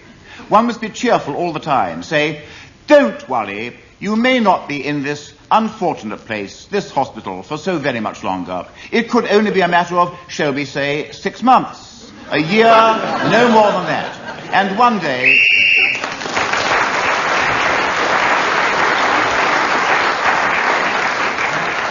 And if you kept on in that vein, it'd be enough to finish him off, wouldn't it? Anyway, Patrick, you kept going, no one interrupted you, got the extra point for speaking as the whistle went, and you pulled up to a second place behind our joint leaders, only 1 point behind them.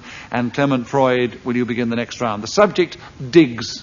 Tell us something about those in just a minute, starting now. If you're ever hard-pressed to find digs, I do suggest that you go to a hospital and see if they haven't got a bed somewhere. And if they haven't, you can always try approaching a friend with the words, if you don't get better soon, I shall send Lord Longford to visit you, which has been known to clear whole wards in institutions of this kind. I had digs for a time while I was in the army because Her Majesty's forces, unable to accommodate me in the barracks which were provided for that purpose, found a friendly landlady who said that for £1.12 and 9pence, and I would remind people that this was before decimalisation, bed, breakfast, with a slice of bacon at this primary meal of the day. Patrick Moore's challenge. Repetition of bed. Yes. Yeah. You did say bed, about the hospital bed. Went pretty well, didn't it? Yeah. The audience. One had to think right back and pull all those words out of the recesses of one's mind, such as it is. There are 14 seconds left on digs. You have the subject, Patrick, starting now. Digs are, of course, of various kinds. Roman, Greek, even Arabian. I have myself taken part in excavating ancient remains, and these are of tremendous archaeological interest, because one never knows exactly what...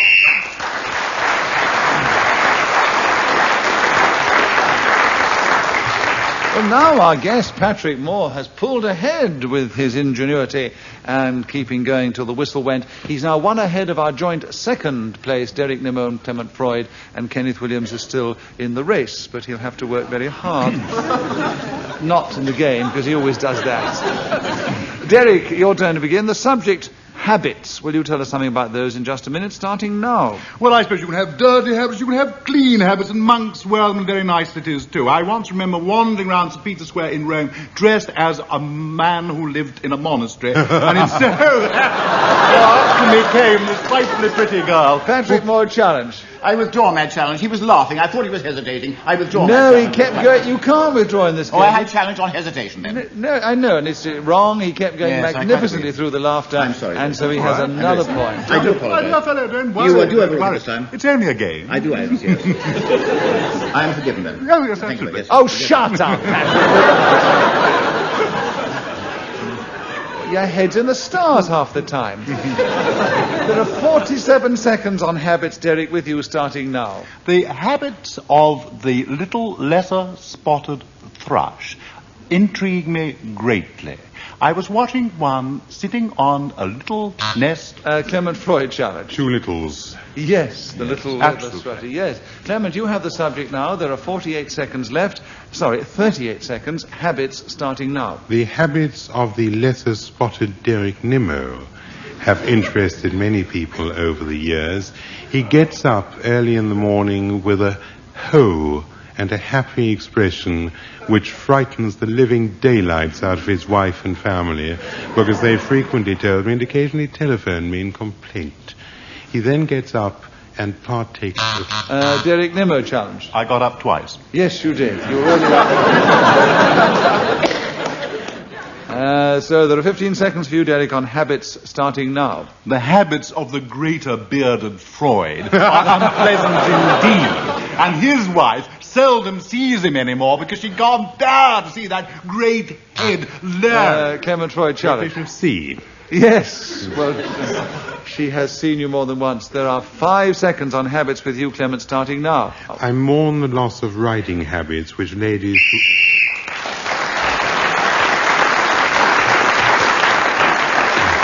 Well, a lot of points were scored in that round, but most of them went to Clement Freud, so he's now in the lead ahead of Derek Nimmo, followed by Patrick Moore, and followed by Kenneth Williams. Patrick, your turn to begin, and the subject is scientific disputes, starting now. Scientific disputes have gone on over the centuries. They began in the dim and distant past, no doubt with the Greeks. And they were, above all, innovators. They thought. Derek Nimmo challenged. Well, I mean, he said they began with the Greeks. Well, the Egyptians must have had scientific disputes before the Greeks. How do you know? Were you there? No, but you weren't there either. But no, he did actually say they were innovators, but doesn't... Well, I mean, no, this is a scientific judgment of his, and therefore we allow him that scientific license. Right. And so he keeps the subject, and there are 50 seconds left on scientific disputes starting now. Men such as Archimedes were by no means averse to indulging in argument.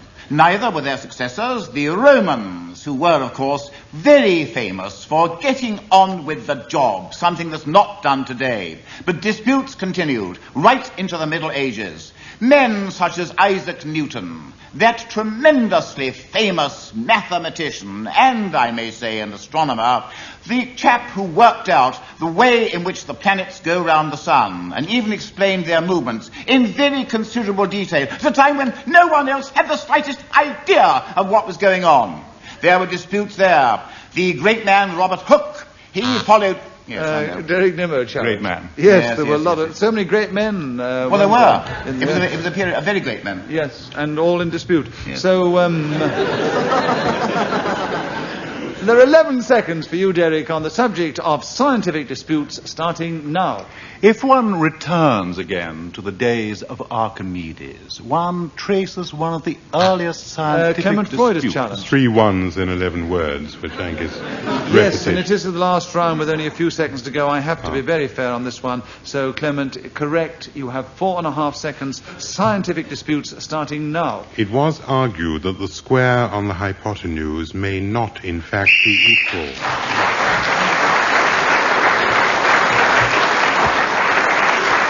Well, as I said a few moments ago, it was the last round and only a few seconds to go. Clement Freud kept going until the whistle, got that extra point, and now to give you the final score.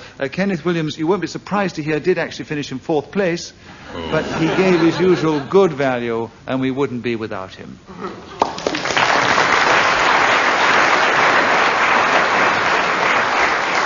Patrick Moore, our guest, kept his pecker up and everything else up and did incredibly well for an unmade bed and kept going magnificently. He nearly beat our 2 regulars. He got magnificent 13 points. He was 1 behind Derek Nimmo with 14 points. But our winner with only 17 points was, at the last moment, Clement Freud.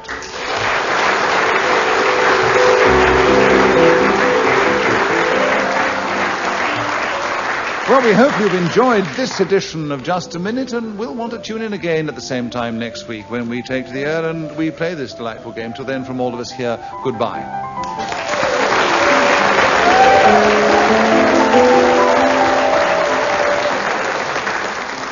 The chairman of Just a Minute was Nicholas Parsons. The programme was devised by Ian Messiter and produced by David Hatch.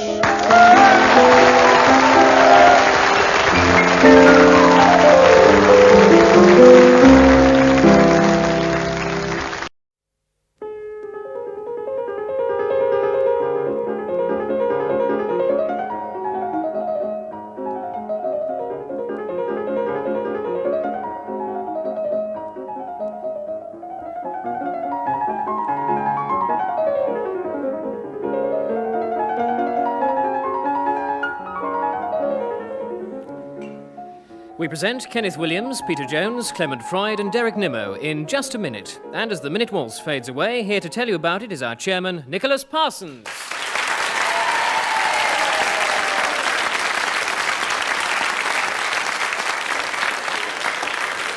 Thank you very much. Hello and welcome once again to Just a Minute. And as you've just heard, we have our 4 regulars playing the game tonight, so anything can happen, and everything usually does. And they're going to try and speak as usual, if they can, for just a minute on the subject that I will give them without hesitation, repetition, or deviating from the subject on the card. Clement Freud, will you begin the show this week? And the subject is looking ahead. Will you talk on that for 60 seconds, starting now? Looking ahead is about optimism. And looking around this studio, young Kenneth Williams, sprightly Derek Nimmo, mature Peter Jones, there is a great deal of hope and enthusiasm. Derek Nimmo has challenged. Hesitation. I would agree, Derek. So you have a point for a correct challenge, and you take over the subject, which is looking ahead, and there are 44 seconds left, starting now. As Clement Freud says, looking ahead is very often to do with optimism. I am the sort of optimistic person that would even write to Peter Bessel for a character reference. And I do think that one should try always to look ahead in life, or even to ask Mary Whitehouse to a wife-swapping party. Some of these things, I feel, enrich the life that we try to live. And Clement Freud has challenged. Repetition of life. Yes, I'm afraid you said it before, so Clement has a correct challenge, and there are 17 seconds left for looking ahead with you, Clement, starting now. And yet looking at Nicholas Parsons, what hope, I ask you. A man who in 45 years' time will still be the chairman of Sail of the Century, will continue to lose control of... Derek Nimmo has challenged. No, actually, I'm so sorry. Deviation, because it's already been established by Mr. Freud that looking ahead means optimism. I can see it's a very pessimistic thought to think that Nicholas Parsons will still be here in 45 years. I said it was usually about optimism. In Yes. the case of Nicholas Parsons, I was prepared to make an exception. Oh, they're being very clever and very subtle. Derek, let me be very generous and give you a point for a very good challenge, but you don't get the subject. Clement Freud keeps it with 3 seconds to go, starting now. Hello. And Derek Nimmo challenged. Hesitation. I'll be even more generous and say it was hesitation, because it was 2 seconds there. And looking ahead, 1 second, Derek, starting now. One ought to look ahead for at least 2 seconds.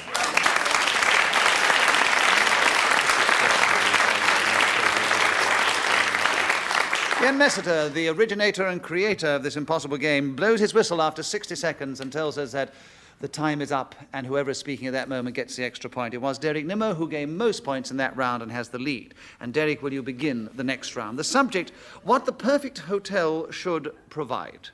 Oh, I can think of some things. And Derek, will you tell us something about that in just a minute, starting now? One of the things the perfect hotel should provide is transportation to pick one up from the airport. If you stay at the Peninsula Hotel in Hong Kong, they have a fleet of 10 Rolls Royces painted in identical livery that attend you at the terminal and transport you back to the aforementioned hotel. I think also it's very nice to have writing paper with your name on it and perhaps personalised matches. Those little touches that make one feel so extremely welcome. There's a hotel called Lanzerac at Stellenbosch in the Cape Province, where they have rooms that actually have 2 bathrooms for each person that stays there, and a sauna bath and your own private swimming And Peter Jones has challenged. Well, this doesn't seem to be the perfect hotel. He's talking about hotels that exist, and obviously no hotel is perfect, so he can't be talking about a perfect hotel when he mentions these that he's been to. That's about the most involved challenge I've ever heard in my life. Well, I thought I'd better say something. People will think I wasn't in it at all.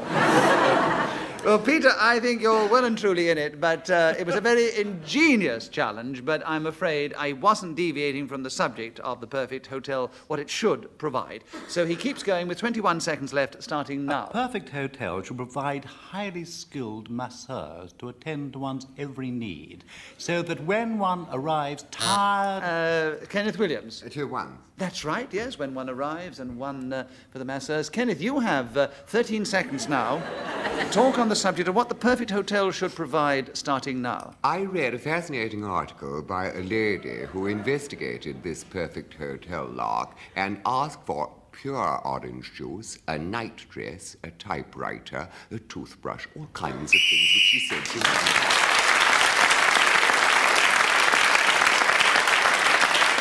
So Kenneth Williams was speaking then as the whistle went, gained that extra point for doing so. He's now in second place at the end of the round behind Derek Nimmo, and Peter Jones begins the next round. Some people say the perfect hotel should have hot and cold women running in every room. Chambermaids, surely. Hot and cold chambermaids. No, it That's doesn't. the joke. I notice it got a much better laugh when you said that is the joke than when you actually told the joke. So, Peter, what about beginning? Naturally, they hardly recognise it as a joke in the first place.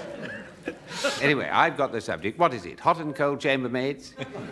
It'd be a very good subject, but actually Ian Mester suggested that you should talk on punctuality. And you have just a minute in which to do it, starting now. Punctuality is the thief of time, because with the traffic in the appalling state it is, with public transport so slow and uncomfortable, one has to start any journey in the metropolitan area so far in advance of the time that one is expected to arrive. Derek Nimmo, challenge. Repetition of time. Yes, that is right. Derek, you have the subject. Another point, of course. 41 seconds on punctuality, starting now. Gosh, it is desperately difficult to be punctual today, is it not? And that is what Peter Jones was saying. And I quite agree with him, because as I get onto my little bicycle and I try to cycle down to Trafalgar Square on a Tuesday morning, I find myself continually distracted and interrupted and indeed barred from going further by masses of traffic all over the road. And sometimes when you see little tiny birds floating... Clement Freud is challenged. Repetition of little. Yes, and tiny. So, Clement, you have the subject, and 22 seconds on punctuality, starting now. Punctuality is about arriving on time, also getting to a place at the appointed hour, and generally not letting down people who would expect you to appear when their watches have them persuade them that it is meet for you so to do. I'm an exceedingly punctual person myself. I have been known to leave my car in the middle of Piccadilly Circus.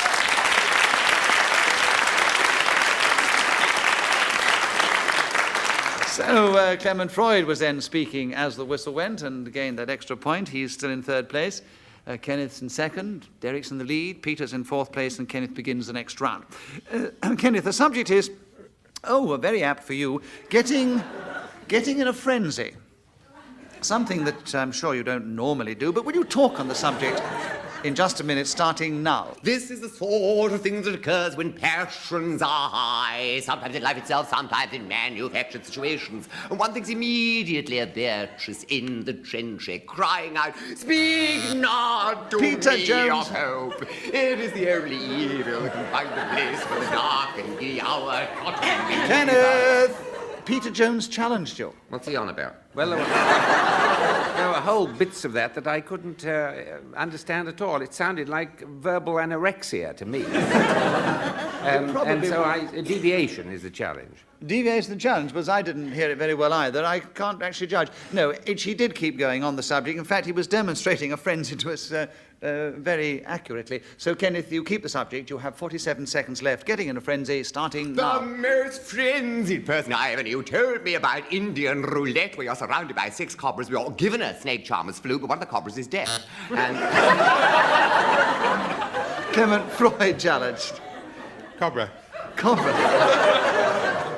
All those cobras. there were a load of cobras there.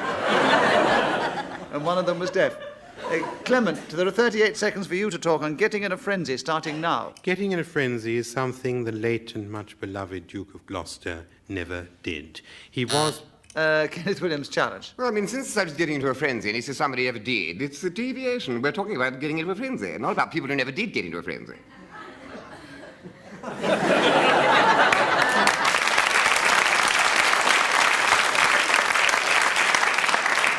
"32 seconds, getting in a frenzy, starting I now." find this timekeeping questionable because it seems to me that the subject's been discussed for far longer than 28 seconds, but I'll take your word for it. and I'll Clement continue Freud with- is challenged. Deviation. It was nothing to do with getting in a frenzy. It certainly did seem longer than 28 seconds, but Yes, that's because it was did, didn't it? terribly boring. Well, there were 32 seconds. I believe you were in a frenzy, and you now have 27 seconds to talk on getting in a frenzy, starting now. To tear a passion to tatters, a termagant to out-Herod Herodias would be the sort of thing that frenzies lead us into. And frenzied enthusiasm is something we should all bring to bear on all those subjects and things in life which need that sort of inner effulgence and rhythm and bring to almost a boiling.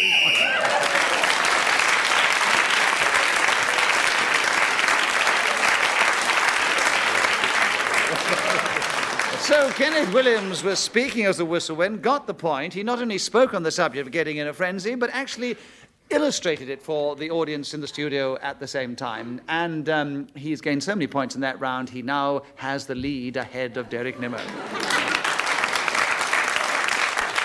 Clement Freud, it's your turn to begin. The subject is gooey buns. Will you tell us something about those in just a minute, starting now? Gooey, of course, is not an absolute term, and you must therefore get a bun and test it for normality, which would depend on the dryness inherent therein, the amount of sticky covering upon it, the glaze, the filling, and perhaps the temperature of the confection, which is exceedingly important if you are going to go for gooey buns. The most gooey bun I ever had was in Tunbridge Wells in a cafeteria which used to be run by a lady who previously worked in a cathedral city. But she threw up her establishment and came to that part of Kent, which I have just mentioned, adjacent to a public school at which they wear bowler hats.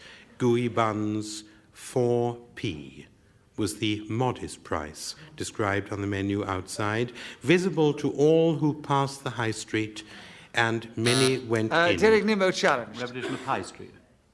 He said high school and high street. So he repeated the word high. Derek, you have 6 seconds on the subject of gooey buns, starting now. I absolutely adore gooey buns, and I'd like to buy them, if possible, just round about Kroger. So Derek Nimmo got in just before the whistle, got an extra point, and he's now gone back in the lead just ahead of Kenneth Williams. Derek, your turn to begin. The subject, acupuncture. Will you tell us something about that in just a minute, starting now? Acupuncture has been... Kenneth Williams. Meditation. No. Really, Kenneth. And he does it for a laugh. Derek gets a point for an incorrect challenge again, and acupuncture's still with him in 59 seconds, starting now. Acupuncture is a very ancient form of Chinese medicine, and is what actually happens is you stick needles into a particular part of your body which affects a corresponding area within the brain. Tay Boon Seng was one of the principal exponents in the last century of acupuncture and brought the art to Bendigo, a city in Australia, where he arrived with these sharp instruments that I mentioned before and stuck them into an unsuspecting Lascar sailor who happened to be passing. Then he called for Sung Mai, his faithful chum, to extract these Peter Jones has challenged. Hesitation. Yes, indeed, because he couldn't think of another word to replace the word needle. And there are 22 seconds on acupuncture with you, Peter, starting now. Acupuncture was invented inadvertently by a Chinese schoolboy who left a drawing pin on the seat of his English master. And the English master reacted... Clement Freud challenge.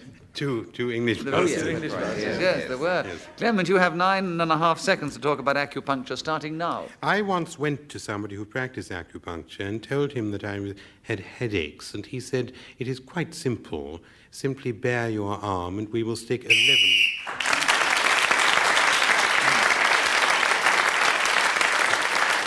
So Clement Freud, speaking as the whistle went, gained an extra point, but he's still in third place behind Kenneth Williams. Derek Nimmo's the lead, and Peter Jones is going to begin the next round. And the subject is After the Deluge. Will you tell us something on that subject, Peter, in just a minute, starting now?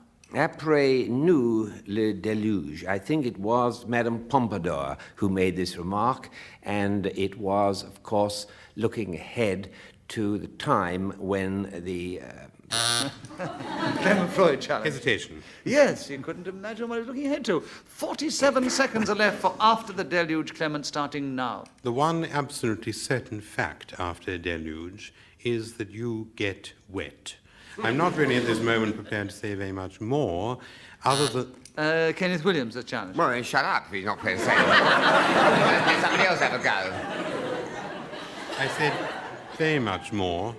I had in mind about 44 seconds. I don't think he was actually deviating from the subject. At least you haven't given him a chance to prove he was, so it isn't a correct challenge, Kenneth. And Clement continues with 37 seconds left, starting now. The term is also used in its non-rain capacity when deluge is taken to express some sort of disaster, like a setback in war, a battle which has gone the wrong way, or even adversity on the stock market.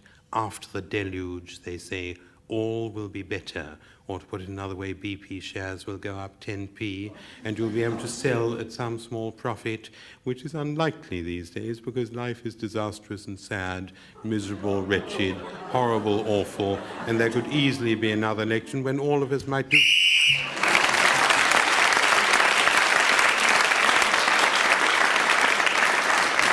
I must point out to our listeners that they were clapping Clement Freud for speaking as the whistle went and not for what he said. Because if we all believe that, I don't think we'd bother to continue with just a minute. So Clement, in spite of his lugubrious and miserable outpourings, did gain some points and he's gone into second place. And Kenneth Williams, your turn to begin. The subject, Arthur Eric Rowton Gill. Would you tell us something about him in this game, starting now? A wonderful inheritance we have gained from this remarkable and singular artist. Began as an architect interested in building, and then turned his skills to carving in stone. Most beautiful things, some which can still be seen to this day outside Broadcasting House. But probably the most famous contribution of Gill's was the sans serif type, which is so distinguished and fine. The clean line, the asymmetrical nature of that work is in effect a testament to his searching in the metaphysical sense for the truth and goodness element which he claimed was essential to life itself. And for this reason he became a member of that Fabian group, but it didn't satisfy.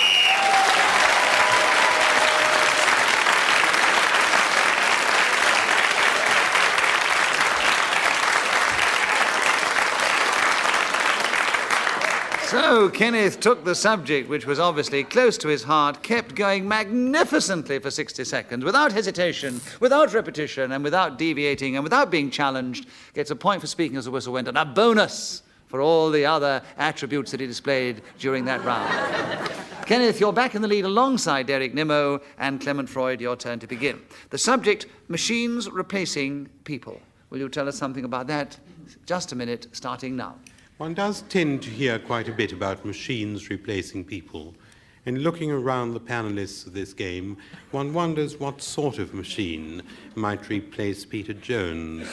Possibly a steam engine or an electric typewriter. And for Derek Nimmo, what machine would replace... Derek Nimmo challenge. Repetition of what? What machine, what machine? Oh, yes. You did me on 2 ones just before, didn't you? Yeah, but that was towards the end. It's a petty challenge, but it's a petty challenge, I know. But it happens to be a correct one, so sticking to the rules of the game, and you would soon criticise me if I didn't do that. I say, Derek, you have the correct challenge, and therefore you must have the subject and the point, and 40 seconds on machines replacing people starting now. Motor car firms in Italy are already advertising the fact that the cars are untouched by human hand. And it's frightening to think the machines have proceeded to this extent. With the development of the silicon Clement chip- Freud. Hesitation. Yes, I agree, Clement. There are 28 seconds on machines replacing people with you starting now. I recently came across a sausage roll machine which promised that no ingredient had ever been near a human being. And perhaps that is what machines replacing human beings actually means. The machine... I thought he was coming to a halt, didn't you? He was. And I know why he was coming to a halt. What was that? What was that? And the audience knows why as well. But the listeners don't, and I will say that Kenneth was doing what we call nobbling, the man who was sitting next to him, which was Clement Freud. No, he likes the propinquity. And for those who don't understand Greek, I will explain that he was getting so close to Clement, it was almost an affair. But Clement kept going magnificently, but he did dry up, and Kenneth has got the subject illicitly, but nonetheless, he has won it, and there are 12 seconds on machines replacing men with you, Kenneth, starting now. Such a thing could never happen, since the very nature of individuality is something would never produce in... Clement Freud's challenge. Repetition of never. Yes, it's Never right. happened, never. But don't let's have too many of these small words for future. We've had Quite what right, and never. quite right. Never. Very good, Chairman. Quite right. Very good. But that was a It's correct all challenge. right when people do it to me. No. It's not really as satisfactory when I do No, it to don't someone else. niggle, don't niggle, we're don't not niggle, gonna- Clement. Accept defeat, accept it. Can't you be humble like me? I'm just a part of the team. I don't try to show off or anything like that. I fit in and help the others. That's what I care about. I don't even mind about not scoring anything. I just don't care. I come all the way from Great Portland Street just to sacrifice myself in this fashion. Well, I hope you won't care when I say, because that was the correct challenge, Clement Freud now has the subject. Right. And there are 5 seconds on machines replacing machines replacing people starting now. I don't believe that Concorde will ever be replaced by people because it travels so quickly.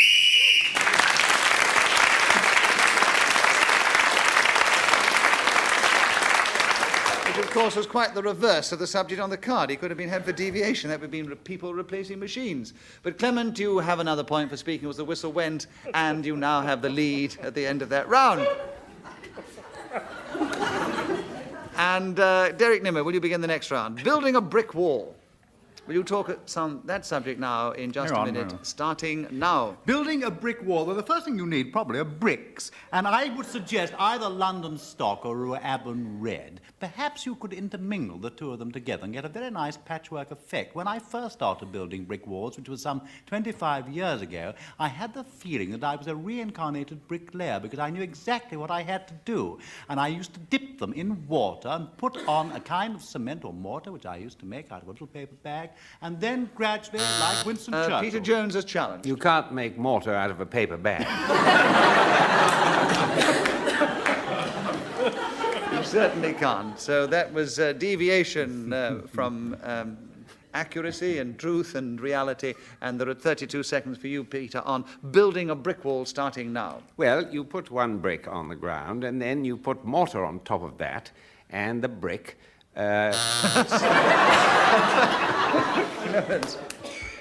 Deviation. Hesitation. Yes, it wasn't deviation. No, hesitation. I'm glad that you haven't tried to build a brick wall, Peter, because having got one brick on the ground, you forget what to do next.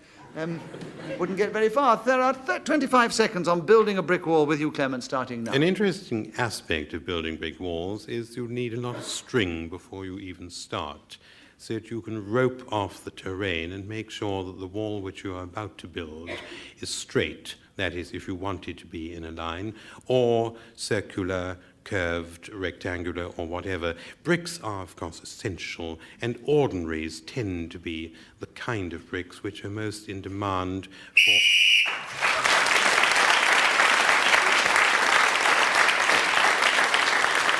So Clement Freud kept going to the whistle, an extra point, and has increased his lead at the end of the round. Peter Jones, your turn to begin. The subject is Florida. Will you tell us something about that in just a minute, starting now? Well, Florida, like California, as Fred Allen said, is fine if you're an orange. But I wouldn't really want to live there, although the prevalence of this citrus fruit would make for good health, probably, and the climate, I believe, is very pleasant. The beaches, the sea, and the millions of tourists who come from all over the United States. Derek Nimmo challenge. No, I didn't hear him hesitate. Sounded just like Florida to me. Oh, right. 36 seconds, Peter, for you to keep going on Florida starting now. I'm amazed at my good fortune. Derek Nimmo. Hesitation. It didn't last very long, did it?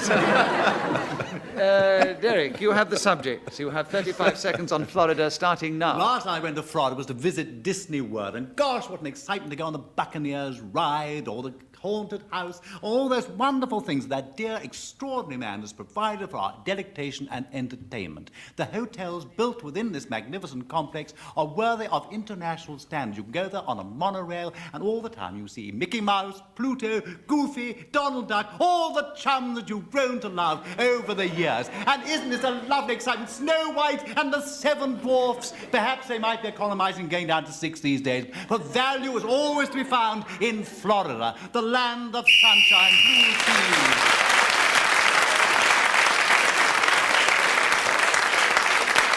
Well, Derek Nimmo kept going magnificently till the whistle went, gained that extra point, and with that magnificent flourish of his, he's brought the contest to an end. And so I will now give you the final score. Peter Jones was in fourth place, contributed a lot as usual, but didn't gain many points in the process.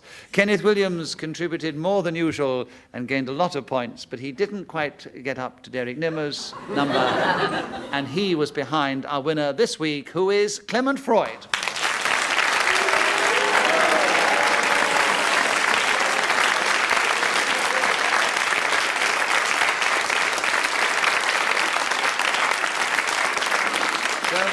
Again, the contest and the fun of Just a Minute comes to an end, but we hope that you'll tune again at the same time next week when, once more, we take to the air and we play Just a Minute. Until then, from all of us here, goodbye.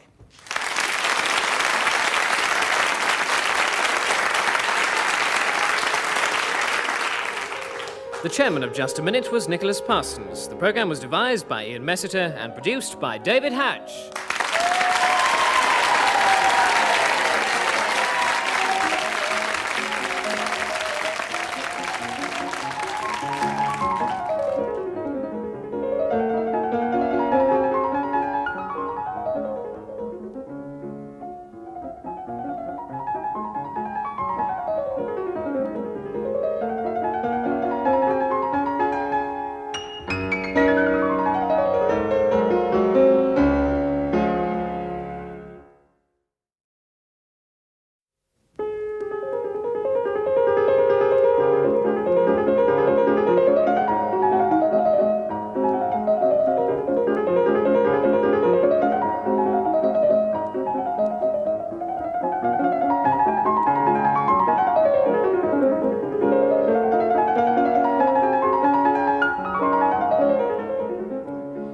We present Kenneth Williams, Peter Jones, Derek Nimmo and Tim Rice in Just a Minute. And as the minute waltz fades away, here to tell you about it is our chairman, Nicholas Parsons.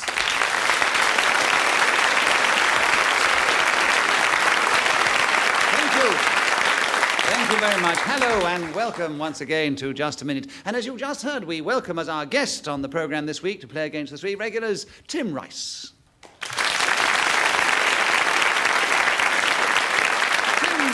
He's going to pit his wits and his verbal ingenuity against that of our three experienced and impossible players of the game.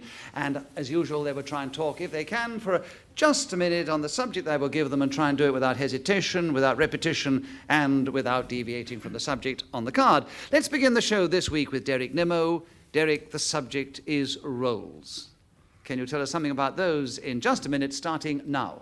Charles Rolls was the third son of Baron Plantagenet and was the first man to be killed. Kenneth Williams Too is fast. Yes. right to weigh in at the beginning. There was a... So Kenneth Williams has got him with an early challenge. He gets a point for a correct challenge. He takes over the subject of roles, and there are 52 seconds left, starting now. As soon as I hear the word, I think of that lovely film, The Yellow Rolls Royce, with my dear friend Ingrid Bergman, who said to me when she was making some Swedish meatballs, "Rolls is a lovely sound, is it not?" And I said rather wittily, "Yes, if it's accompanied by butter," which I thought was enormously amusing at the time, and obviously you don't share that feeling. Rolls can be either on a plate or in a garage, or as the English are supposed to pronounce the word, which I can't say now, of course, because I suddenly realised I would repeat myself. But nevertheless, rolls can be also had in a gymnasium. You can roll your body in such a fashion as to exercise in the process every single muscle, and so strengthen the...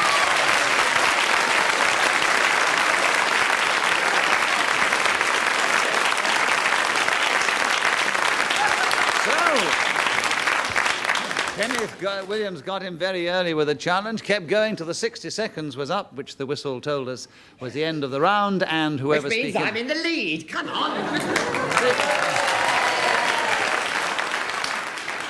Not only is he in the lead, he's the only one who's scored any points for the first time in his life. So if you wish to retain your laurels, Kenneth, I would. You have 2 points at the end of that round, and nobody else has scored. In fact, nobody else has hardly spoken yet. Peter Jones, will you take the next round? The subject is carrier bags. Will you tell us something about those in 60 seconds, starting now? Carrier bags. My goodness, you've touched a nerve there. Now, I was talking to Ian about that only the other day, because I think these supermarkets, what's super about them? But they... Tim Rice has challenged. I would like to say that I believe he repeated the word super. Yes, but supermarket is all one word, as far as I know. Is it really? Yes, of course it is. Of course it is. Peter, you have a point for a wrong challenge. You've got me going now. And there are 50 and 1/2 seconds left on the subject of carrier bags, starting now. It's something that I care passionately about, that these big stores charge you... Derek Nimmo challenge. Division of stores. Didn't I was talking about supermarkets before? There are 46 seconds left for carrier bags, with you, Peter, having got another point, starting now. Tesco's and Sainsbury's, they actually will ask you to pay money to get the stuff you've bought from them at tremendous expense out of the shop into the street. Well, I think that's... Kenneth Williams. Deviation is discussing the habits of certain retailing organisations, not carrier bags. We've gone right off the subject of the actual Well, I felt he conveyed It's quite the most clear to appalling me that you had to deviation buy I've the ever carrier bag in Do you order mind to letting me finish a demonstrate. sentence, you ignorant... This wasteful behaviour. I come all the way here from Great Portland Street. Immense expense. If we waited for you to finish every time, no one else would speak. Oh. Right. Go on. What were you on Peter about? Jones has got another point for an incorrect challenge. He has 35 Disgraceful. seconds on carrier bags, starting now. I'm sure that Ingrid Bergman herself would... Kenneth Williams. Deviation. I will not have my friends dragged into this by that nincompoop Jones. How dare he? Taking the name in vain of one of my dearest friends. I'm not trying to plug anything, don't think that for a minute. Oh, no, I'm a very humble person by nature. Derek Nimmo's challenge, Joe. Do we have to listen to this diatribe? Can't get back and play the But game. Why apparently has Kenneth Williams got licensed to tell us all his autobiography? Why do we have to listen to all Because this if we interrupt him, we're all being rude. So, Kenneth, another wrong challenge, because he hadn't deviated from the subject yet. Oh, I see. What's Ingrid Bergman going to do with carrier bags? Tell me, please. I'd like to know. You will find out if you shut I up! would like a little bit of enlightenment on that score. Don't you agree with me? Yes, there you are. You will be Don't touch around, enlightened you. in about 32 seconds' time. You will be enlightened as Peter Jones continues on the subject of carrier bags, starting now. If she were buying rolls or delicatessen or perhaps something from the vegetable counter or the cheese, she... This has nothing to do with carrier bags. We're discussing a delicatessen. Well, what now. would you put all that lot in then?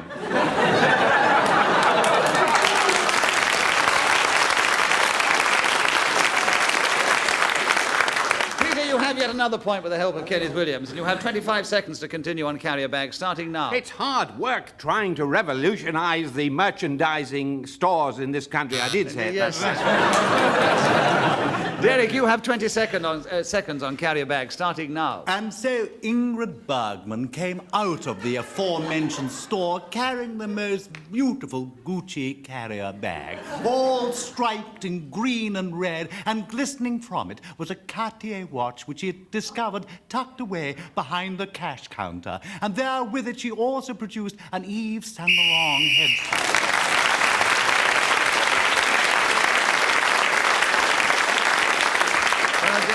Nimmo kept going till the whistle went, gained that extra point for doing so, and at the end of that round, with Peter Jones getting a lot of points from Kenneth Williams' impossible interruptions, he's in the lead, and Derek's equal with Kenneth in second place. Tim has yet to score, and Kenneth will begin the next round. And Kenneth, the next round is very apt. It's called Overwhelming the Audience.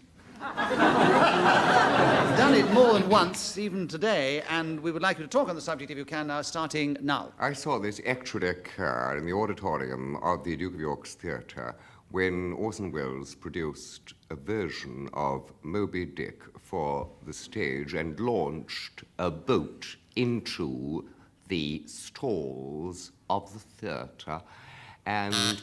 Derek Nimmo challenge. Well, now, you've just done yourself. Now, you won't hear this marvellous story. You're a fool to yourself. He's a fool to yourself, that boy. You'll never hear it. You'll never know. Kenneth. You'll never know. We might if you get back in again. And anyway, I'm not. We have come to play just a minute and not hear your stories about Orson Welles. There are 43 seconds left. We can get it from Ingrid Bergman if you want. In a carrier bag. There are 42 seconds left for overwhelming the audience with you, Derek, starting now. I remember sitting in the MGM Grand in Las Vegas, and there was a huge tank filled with water, dolphins and whales swimming around these lovely ladies and taking off their bras and panties for the delectation of the people so assembled. Suddenly, the whole thing burst. Water came tumbling... Tim Rice's. I think repetition of water. Absolutely yes, right. Absolutely well done, right. Tim. Yes, well done, Tim. Well done.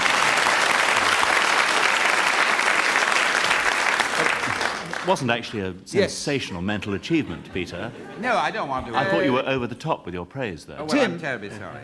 Tim, Sorry. you're learning the rules very fast. Yes, Ignore the chairman. Who is the chairman? I've often asked the same question myself. Tim, you have the subject. There are 24 seconds left, and you talk on overwhelming the audience, starting now. I have often overwhelmed audiences in my career, but before I talk about this very important subject, I would like to pay tribute to the great names of theatre that I am performing with tonight. It is a rare privilege for someone as humble as me to be able to sit next to a man of the stature of Kenneth Williams, to stare opposite a stage at a man so well-dressed as Derek Nimmo, and to look at a personage as beautifully turned out as Peter Jones, a man who I've admired for many, many... Derek Nimmo's challenge. What has got to do with overwhelming the audience? Absolutely nothing, but actually he'd gone beyond the 60 seconds because I was waiting for him to get round to me.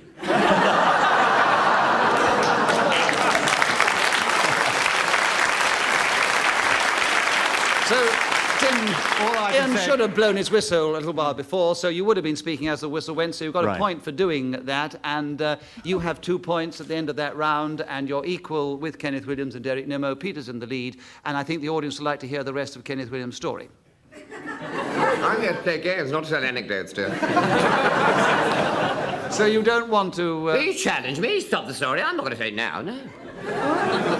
He's hurt, all right. No, I'm not hurt at all. I'm not hurt. I'm not hurt. If you can't be say, quiet. whoa, jump, go on. It's a thoroughbred. It's got to be taken at the moment when the muse alights upon my shoulder. Then Peter Jones has challenged you. I wish he'd sulk for a bit and be quiet.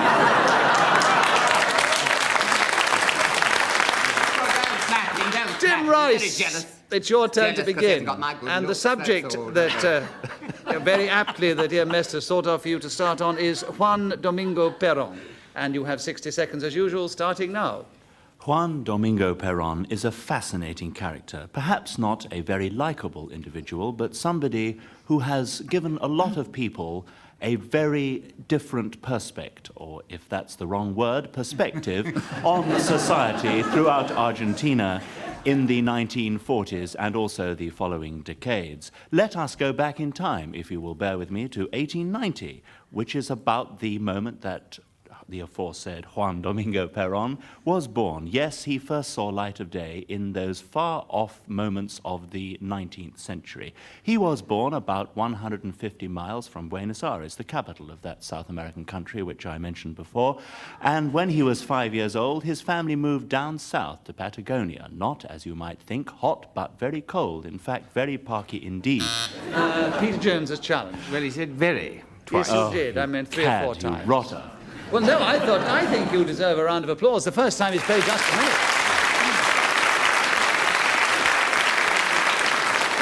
51 seconds and evading all those repetitions by bringing in other phrases and words. But Peter, a correct challenge, 9 seconds on Juan Domingo Perón, starting now. Well, he was married for a time to Eva, and she died in the same South America that he was describing so graphically.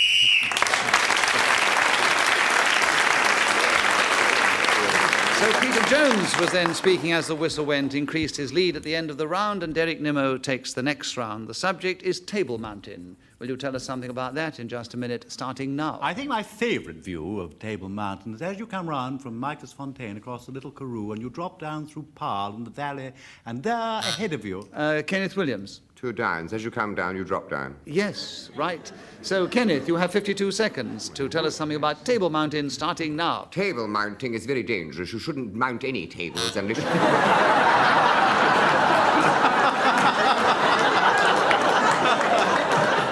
Who challenged? Tim Rice has challenged you. What is his challenge? What is his challenge? I don't know. We'll find out if you keep quiet.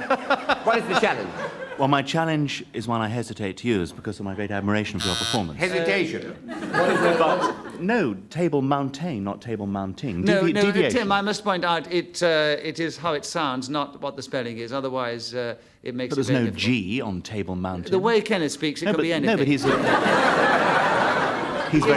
very posh. I can't believe an irrational decision. My diction is no foreign way. It's People not say. your diction. We're talking about My diction's no, people say. I mean, I'm a cult figure. You they are. say. Well, I'm a cult. They That's say precisely it's the point I'm making. And Because your unfortunately, diction is so he is a good. little hard of No, hearing. it's not my diction. I thought he said table mounting is what he says. He sounds like that passes. He doesn't know how to talk.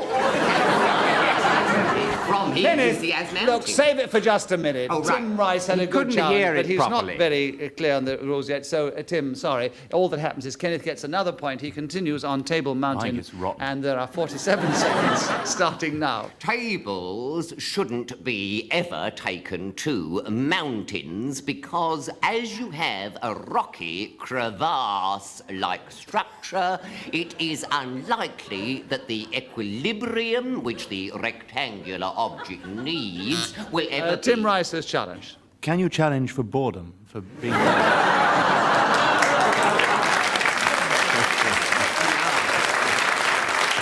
Tim, you can challenge for boredom, and frequently they are challenged for boredom. I would say can't give any deviation. Deviation. Yes, because Equilibrium. Table Mountain, it's got nothing to do with tables up mountains. Right. You have 29 seconds on Table Mountain starting now.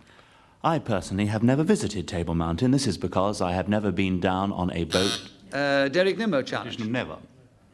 Never visited, never done. It's bad luck, Tim. 23 and a half seconds left for you, Derek, on Table Mountain, starting now. And the most glorious way to go up the Table Mountain is in the cable car. You start off down at the bottom and suddenly up you go, hurtling through the Kenneth cloth. Williams. 2 up. 2 up.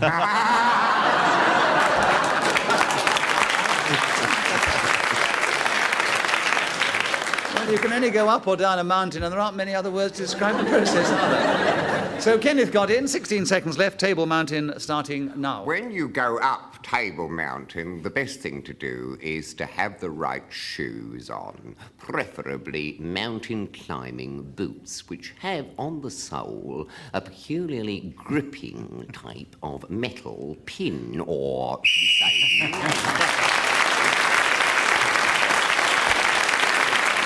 So, Kenneth Williams gained a number of points in that round, including one for speaking as the whistle went, and he's surged forward, but he's still one behind our leader, who is still Peter Jones. Peter, your turn to begin, and the subject Morse code. Will you tell us something about that in just a minute, starting now? Well, it's a means of communicating by dots and... Tim. Definite hesitation there. Well, you don't need to tell me. I mean hesitation. We do need to tell you. You can't hear after. I agree, Tim. You have the subject at a point for a correct challenge and 50.5 seconds on Morse code starting now. You're not allowed to Derek Nimmo challenge. Repetition of... Not at all, Mr. Chairman. I was, in fact, doing my talk on Morse code in Morse, which is very appropriate. I know, but you were repeating the dots. No, they're all different letters. They were different letters when put together. This game says speak for 60 seconds. It doesn't say tap out messages for 60 seconds. Ridiculous. Yeah, but it wasn't challenged for hesitation. It was challenged for one rep for no and 2 reps for yes. You're cross water and meet a dark stranger. I've always wanted to do that. He was challenged for repetition, and he did repeat the thumps. And we apologise to the listeners who got all those. I also apologise to the engineer up in the box. Well, he's dropped off his tool now. I was wrong. You were wrong, bitterly wrong. Yes, you've been bitterly ashamed. Derek, you have the subject. You have 53 seconds to talk on Morse code starting now. When Mr. Morse established his telegraphic system, he did require us in some way to send messages from one place to another. So he devised this code, which is comprised of dots and dashes of varying lengths with pauses in between them. Peter Jones, a challenge. They're not varying lengths. They are all the same lengths. There's a dot and a dash. And you have the subject, and you have 37 seconds, starting now. I believe it's much used in prison for the people who are in there to communicate with occupants of cells some distance away. They bang on the central heating pipes, and others listen with their ears... Hesitation after his ears. 22 seconds left for the Morse code starting now. Of course, you can send Morse code by signs as well as by the amount of ways that we just talked about. Tim Rice. I would like to humbly suggest there was a hesitation. Yes, and your humble suggestion I would agree with. Awfully polite, you have isn't the 16 seconds on the Morse code starting now. It is not known by many people just how Samuel Morse stumbled upon the code which bears his name, and frankly, I do not know either how he got the idea for the code which... Kenneth Williams has challenged. He seemed to come to a halt, didn't he? He overreaches himself, that's his trouble. So, 4 seconds, no, 3.5. The Morse code, Kenneth, starting now. There is a plaque in Cleveland Street bearing the name of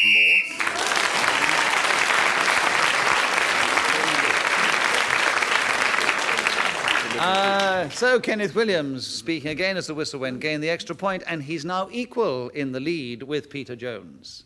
And Tim Rice is only just in second place, equal with Derek Nimmo. And Kenneth, your turn to begin. The subject, Sir Charles Algernon Parsons. Will you tell us something about him in 60 seconds, starting now? I remember he got this knighthood in 1911 and didn't die until 31. That's a clever way of saying something twice. You actually think about it, but I'm not going to give you time to think about it. He did... Tim Rice's challenge. To think about it. Yes, and deviation is what he was saying. Nothing to do with I know sort of a man about this man. We'll just see if you know anything about it. Tim, there are 48.5 seconds for Sir Charles Algernon Parsons, starting now. Sir Charles Algernon Parsons is a name very familiar to many people, and I am one of those who pay tribute to this great man every 14th of December, which was his birthday. He was born in 1896 and almost immediately made a huge impact on society.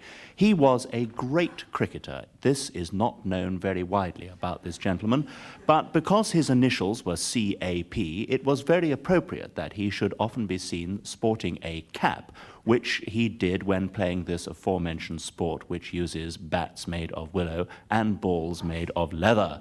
I will not repeat that. I would like to say that Charles... Derek Nimmo challenge. Repeat what I would like to say. Yes, I'm afraid you did. It was a marvellous attempt. Very good, though. Very good indeed. Thank you, yes. Especially as none of us know whether Sir Charles ever played the blooming game. There are 6 seconds for Sir Charles Algernon Parsons with you, Derek, starting now. Sir Charles Algernon Parsons was known to his friends as Charlie, and most Parsons are.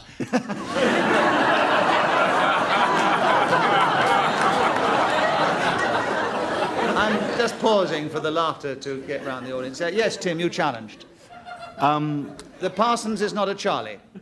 Well, a very good challenge. A marvellous I challenge, was, yes. in fact, challenging to say that I think he repeated Parsons, but of course that's on the card, isn't this allowed? Yes, it is, yes. Yes, and unfortunately, I have to be fair, as I always am, and he say ought that to get a point, in spite really. of what he said, Derek Nimmo has another point. I And don't half begrudge a it second him to at all. continue on Sir Charles Algernon Parsons, starting now. Like most people with that name, he's an absolute bug.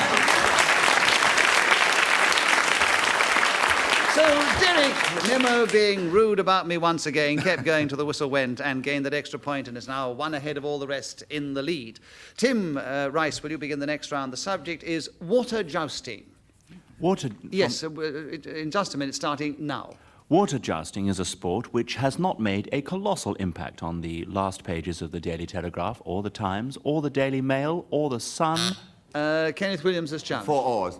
You can have 4 oars if you're rowing, but you can't keep on doing it.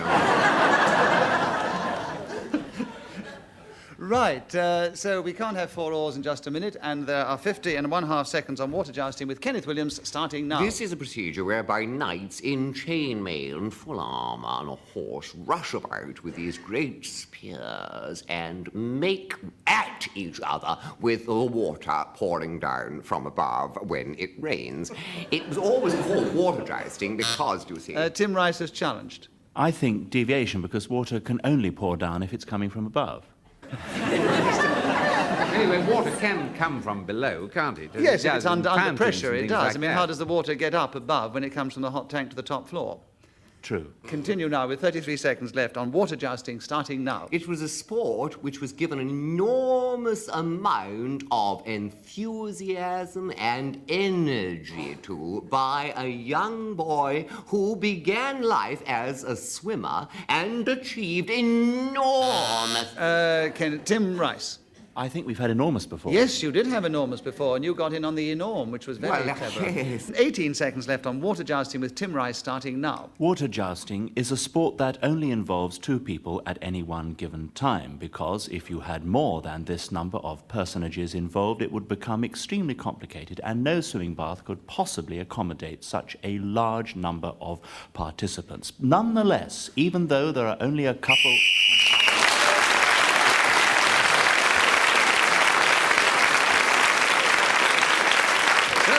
Tim Rice kept going on the subject of water jousting till the whistle went, gained the extra point for doing so, and we have a very keen contest on our hands because Kenneth Williams is now just in the lead, one ahead of Tim Rice, who's in second place, our guest, alongside Derek Nimmo, and Peter Jones is only 1 behind them.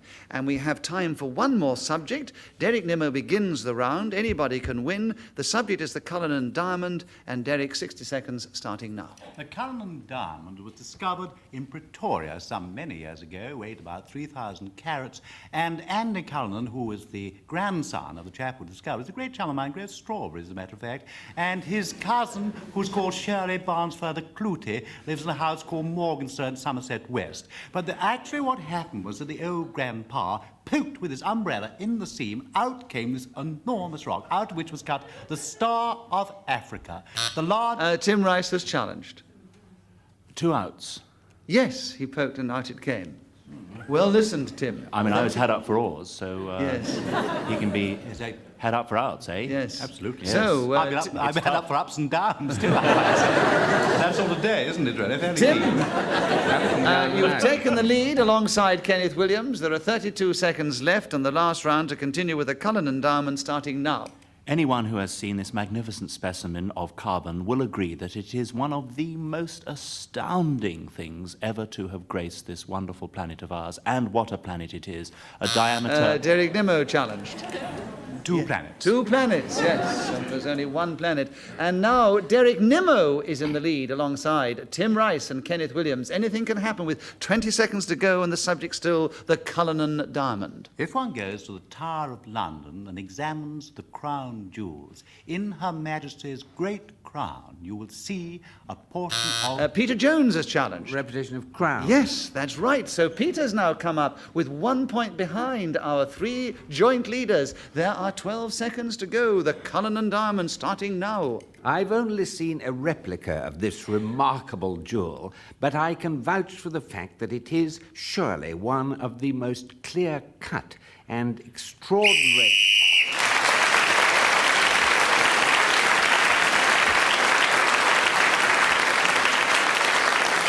So Peter Jones managed to keep going until the whistle went, gained that all-important extra point. We come to the end of the round, the end of the contest, and a most unusual situation which has never happened before in all the years that we have played this game. Our 4 contestants have all finished equal joint winners.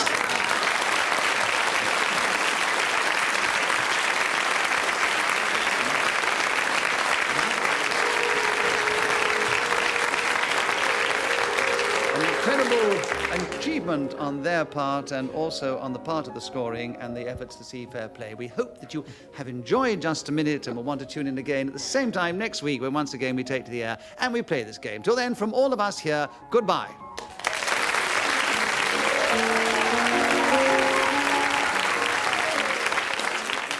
The chairman of Just a Minute was Nicholas Parsons. The programme was devised by Ian Messiter and produced by David Hatch.